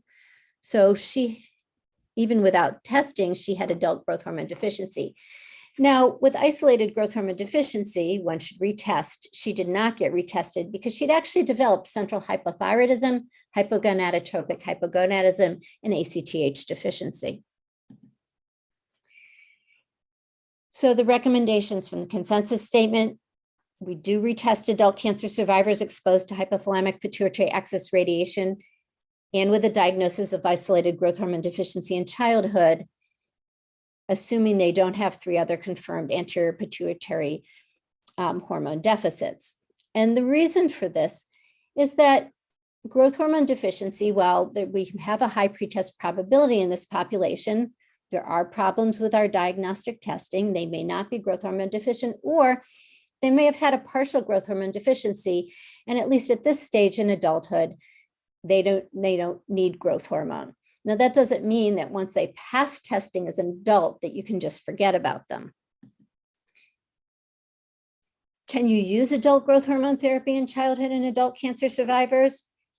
Again, no increase in secondary malignancies, but more long-term data are needed because adult treatment has been done for a shorter period of time than childhood treatment.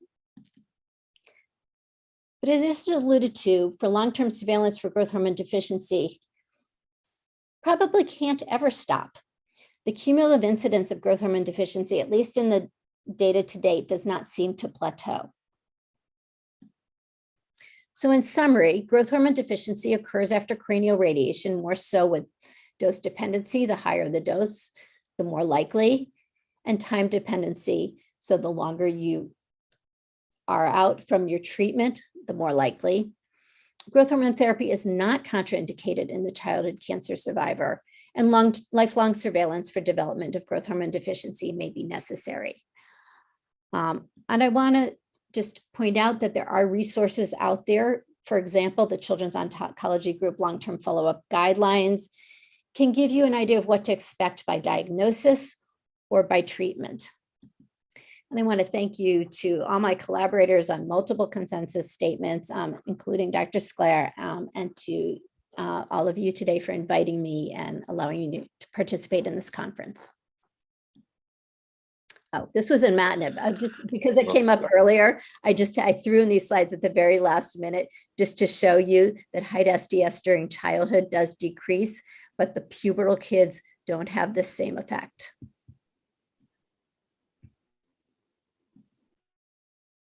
Thank you very much, ma'am, for an educative and scintillating lecture.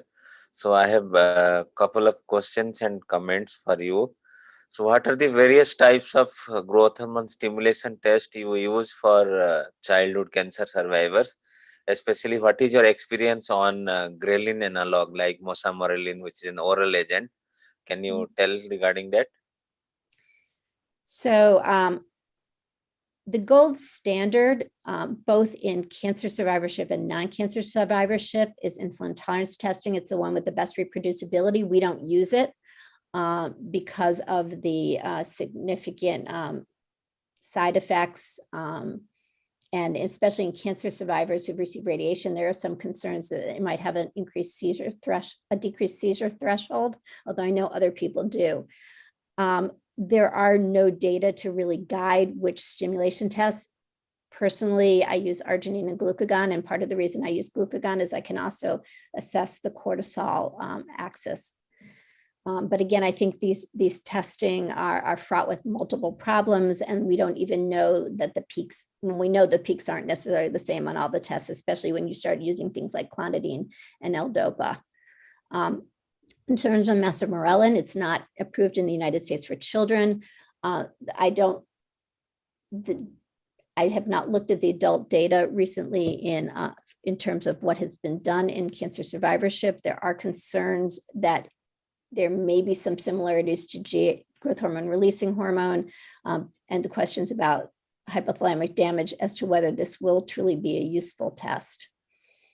I don't know if Dr. Sklar knows anything more. Oh, okay. Yeah. Regarding Yeah. multiple cancer syndrome, actually, I had a tryst with Professor Andrew Toogood. He is from Birmingham, Queen Elizabeth Hospital. He is an adult growth hormone deficiency.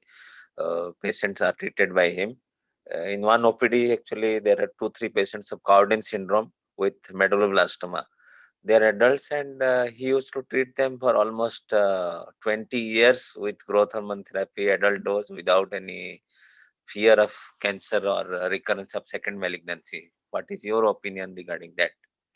Yeah, so I Like think you that, told, like Fanconi syndrome, Bloom syndrome, and other syndrome, definitely there is a risk because of increased turnover of the cells.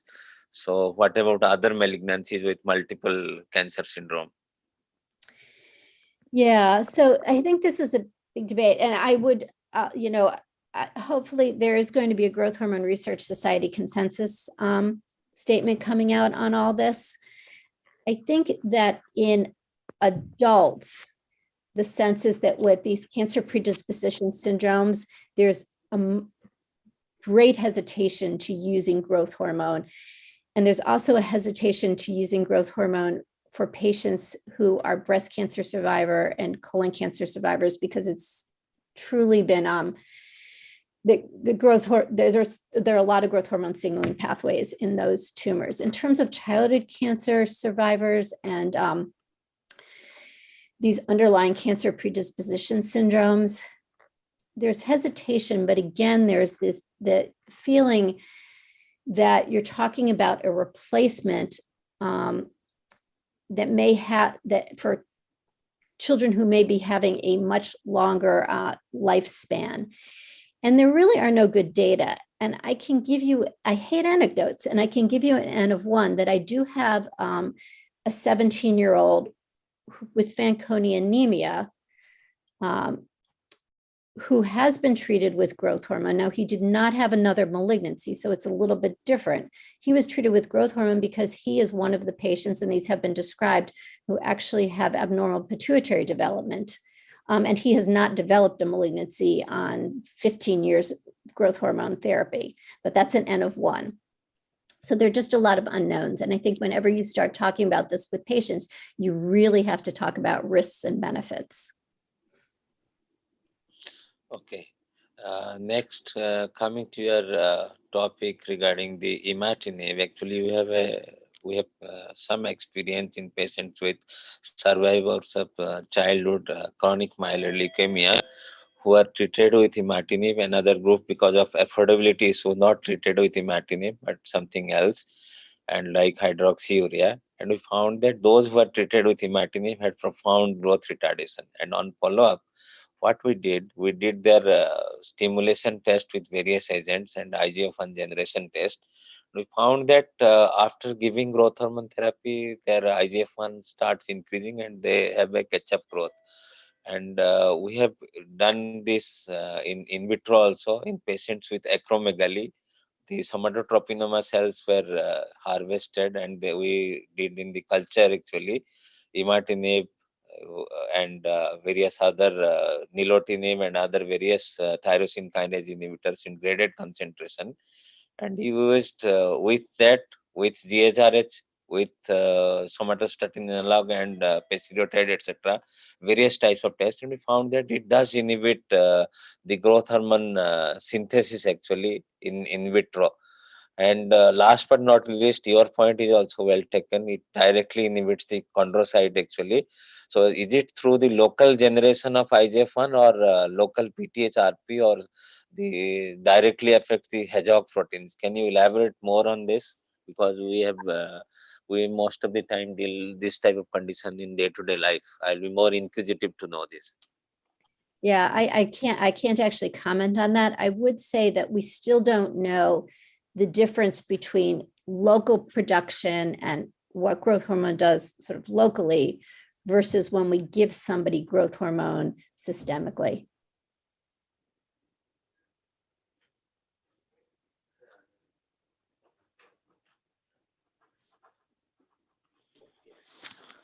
Dr. Pinaki, Thank few you. questions are there in the chat Yes, box. thank you very much, ma'am. Thank you. So, If you can take few questions, so Pinaki. So I'm just looking at there are a bunch of questions here. So I'll go through I'll just try to go through them. So criteria for recommending for sex steroid priming in cancer survivors, I use the same that I do in non-cancer survivors. If they're of pubertal age, but pre-pubertal, I do sex steroid priming. I use estrogen for both females and males. How do you diagnose growth hormone neurosecretory dysfunction since stimulation test may be normal? It's a good question. You know, I think if somebody had a really low IGF-1 level and really looked growth hormone deficient, you could consider it. Overnight sampling has not proved to be particularly helpful in the non-cancer survivor. It might be in the cancer survivor, but we know in non-cancer survivors that there's a significant overlap between normal and abnormal, and they're very different on subsequent nights. So there isn't a great way is the answer, except that if they pass stimulation testing and have low IGF-1 levels, and you can't find any other reason for low IGF-1 levels. Pituitary adenomas. Can I just say one thing? Because I did long time ago, I did 30 overnight sampling in patients who got radiation for leukemia and tested growth hormone normal. I didn't find a single patient with an abnormal overnight. And patients who ended up not growing well ultimately tested growth hormone deficient. So I think it's a really rare, very uncommon phenomenon. And I think we probably just need to put it behind us, quite frankly. Yeah. I think if it is it's you're really talking about in puberty with this lack of increased demand. I will also say that I have treated patients in the past who I thought might have the neurosecretory dysfunction, and not only didn't they grow well, but they actually subsequently had normal IGF-1 levels, or on low doses of growth hormone had very high IGF-1 levels. They didn't respond well to growth hormone, and I think a lot of the poor growth they're seeing was actually things like total body irradiation. So that's years ago. So I actually don't look for neurosecretory dysfunction. Yeah. There's a question on pituitary adenomas with growth hormone deficiency. What is your view on growth hormone therapy? So again, the guidelines are going to come out that treat them like Craniophrangioma, that probably you don't have to wait a full year, but you can certainly treat them. But again, you want to only be treating patients you're really sure are growth hormone deficient. What is the minimum duration after which we can start growth hormone therapy in Craniophararyngoma? That you have answered now. Yeah. So I think that people are starting to feel much more comfortable at 3 to 6 months now. There's a question on growth hormone therapy for growth hormone GHD patients in optic pathway tumors in non-neurofibroma as compared to neurofibromatosis 1. Is there any difference in the risk of tumor recurrence? There doesn't seem to be. There are concerns with neurofibromatosis 1, again, the RAS-MAP kinase signaling pathway. But as you are aware, a lot of the optic pathway gliomas are actually in patients with neurofibromatosis 1, and they have been treated. Ma'am, there's one more question. Is there an increased risk of scoliosis in children with growth hormone therapy in children who have had spinal irradiation? So growth hormone doesn't seem to cause scoliosis. However, it exaggerates scoliosis because it's a period of growth. So you should closely monitor your patients who've had spinal radiation. They're at high risk for scoliosis. If you give them growth hormone during that period of growth, you probably will exacerbate it. So monitoring more carefully in those patients is important. Ma'am, there's one more question. A 12-year-old child with pituitary germinoma underwent excision chemotherapy chemoradiation and now has central hypothyroidism, DI and GHT. His bone age is 9 years. How long would you wait to induce puberty in him after growth hormone therapy? How when to induce puberty or Yes, after growth hormone. After Yeah. how long after growth hormone therapy? so for a craniopharyngioma patient? It's a pituitary germinoma. A germinoma. Oh, yeah. So, you know, it really varies on the patient when I start pubertal induction. I don't like to start it too late because there are data that suggest, you know, that after a while you just don't get as good growth response the later you start hormonal replacement. So once I do like to start growth hormone therapy first before I start the pubertal induction if I can. But if it's the right timing for puberty, I will start it soon thereafter because patients who are truly growth hormone deficient have significant catch up. And there's certainly synergy between the gonadal steroids and growth hormone. So I really, you know, prefer to start puberty in a boy at an average time at 12 to 13 and don't want to go past 14. Just like for girls, I would prefer to start puberty by age 11 to 12, but don't want to go past 13. I think there's one last question. I have a, Dr. Subrato Day is asking, I have a 10-year-old cancer survivor male with Craniophrangioma with large amount of residual tumor, but stable and GHT. Very vital structures in the brain and optic pathway enveloped with the tumor. The concern that will GHT worsen the situation and affect vision? Again, there's no data, in vivo data, so patients who've treated in multiple studies to suggest that growth hormone makes craniopharyngiomas grow. It's all theoretical from in vitro studies. And so if a patient is truly growth hormone deficient and needs growth hormone, they can be treated. I will Even slightly differ actually. In this patient, you can give radiotherapy followed by MEK inhibitor and Dr. Pinaki, you are muted. Dr. Pinaki.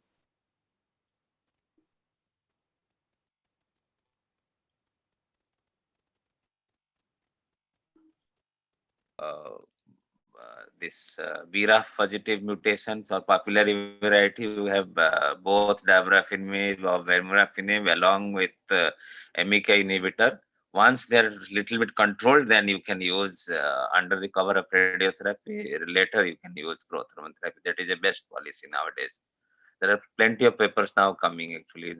Brastiano group and Professor Simon Alwyn from Oxford University, they have published few case reports also, and they have suggested this type of algorithm, but not established till date.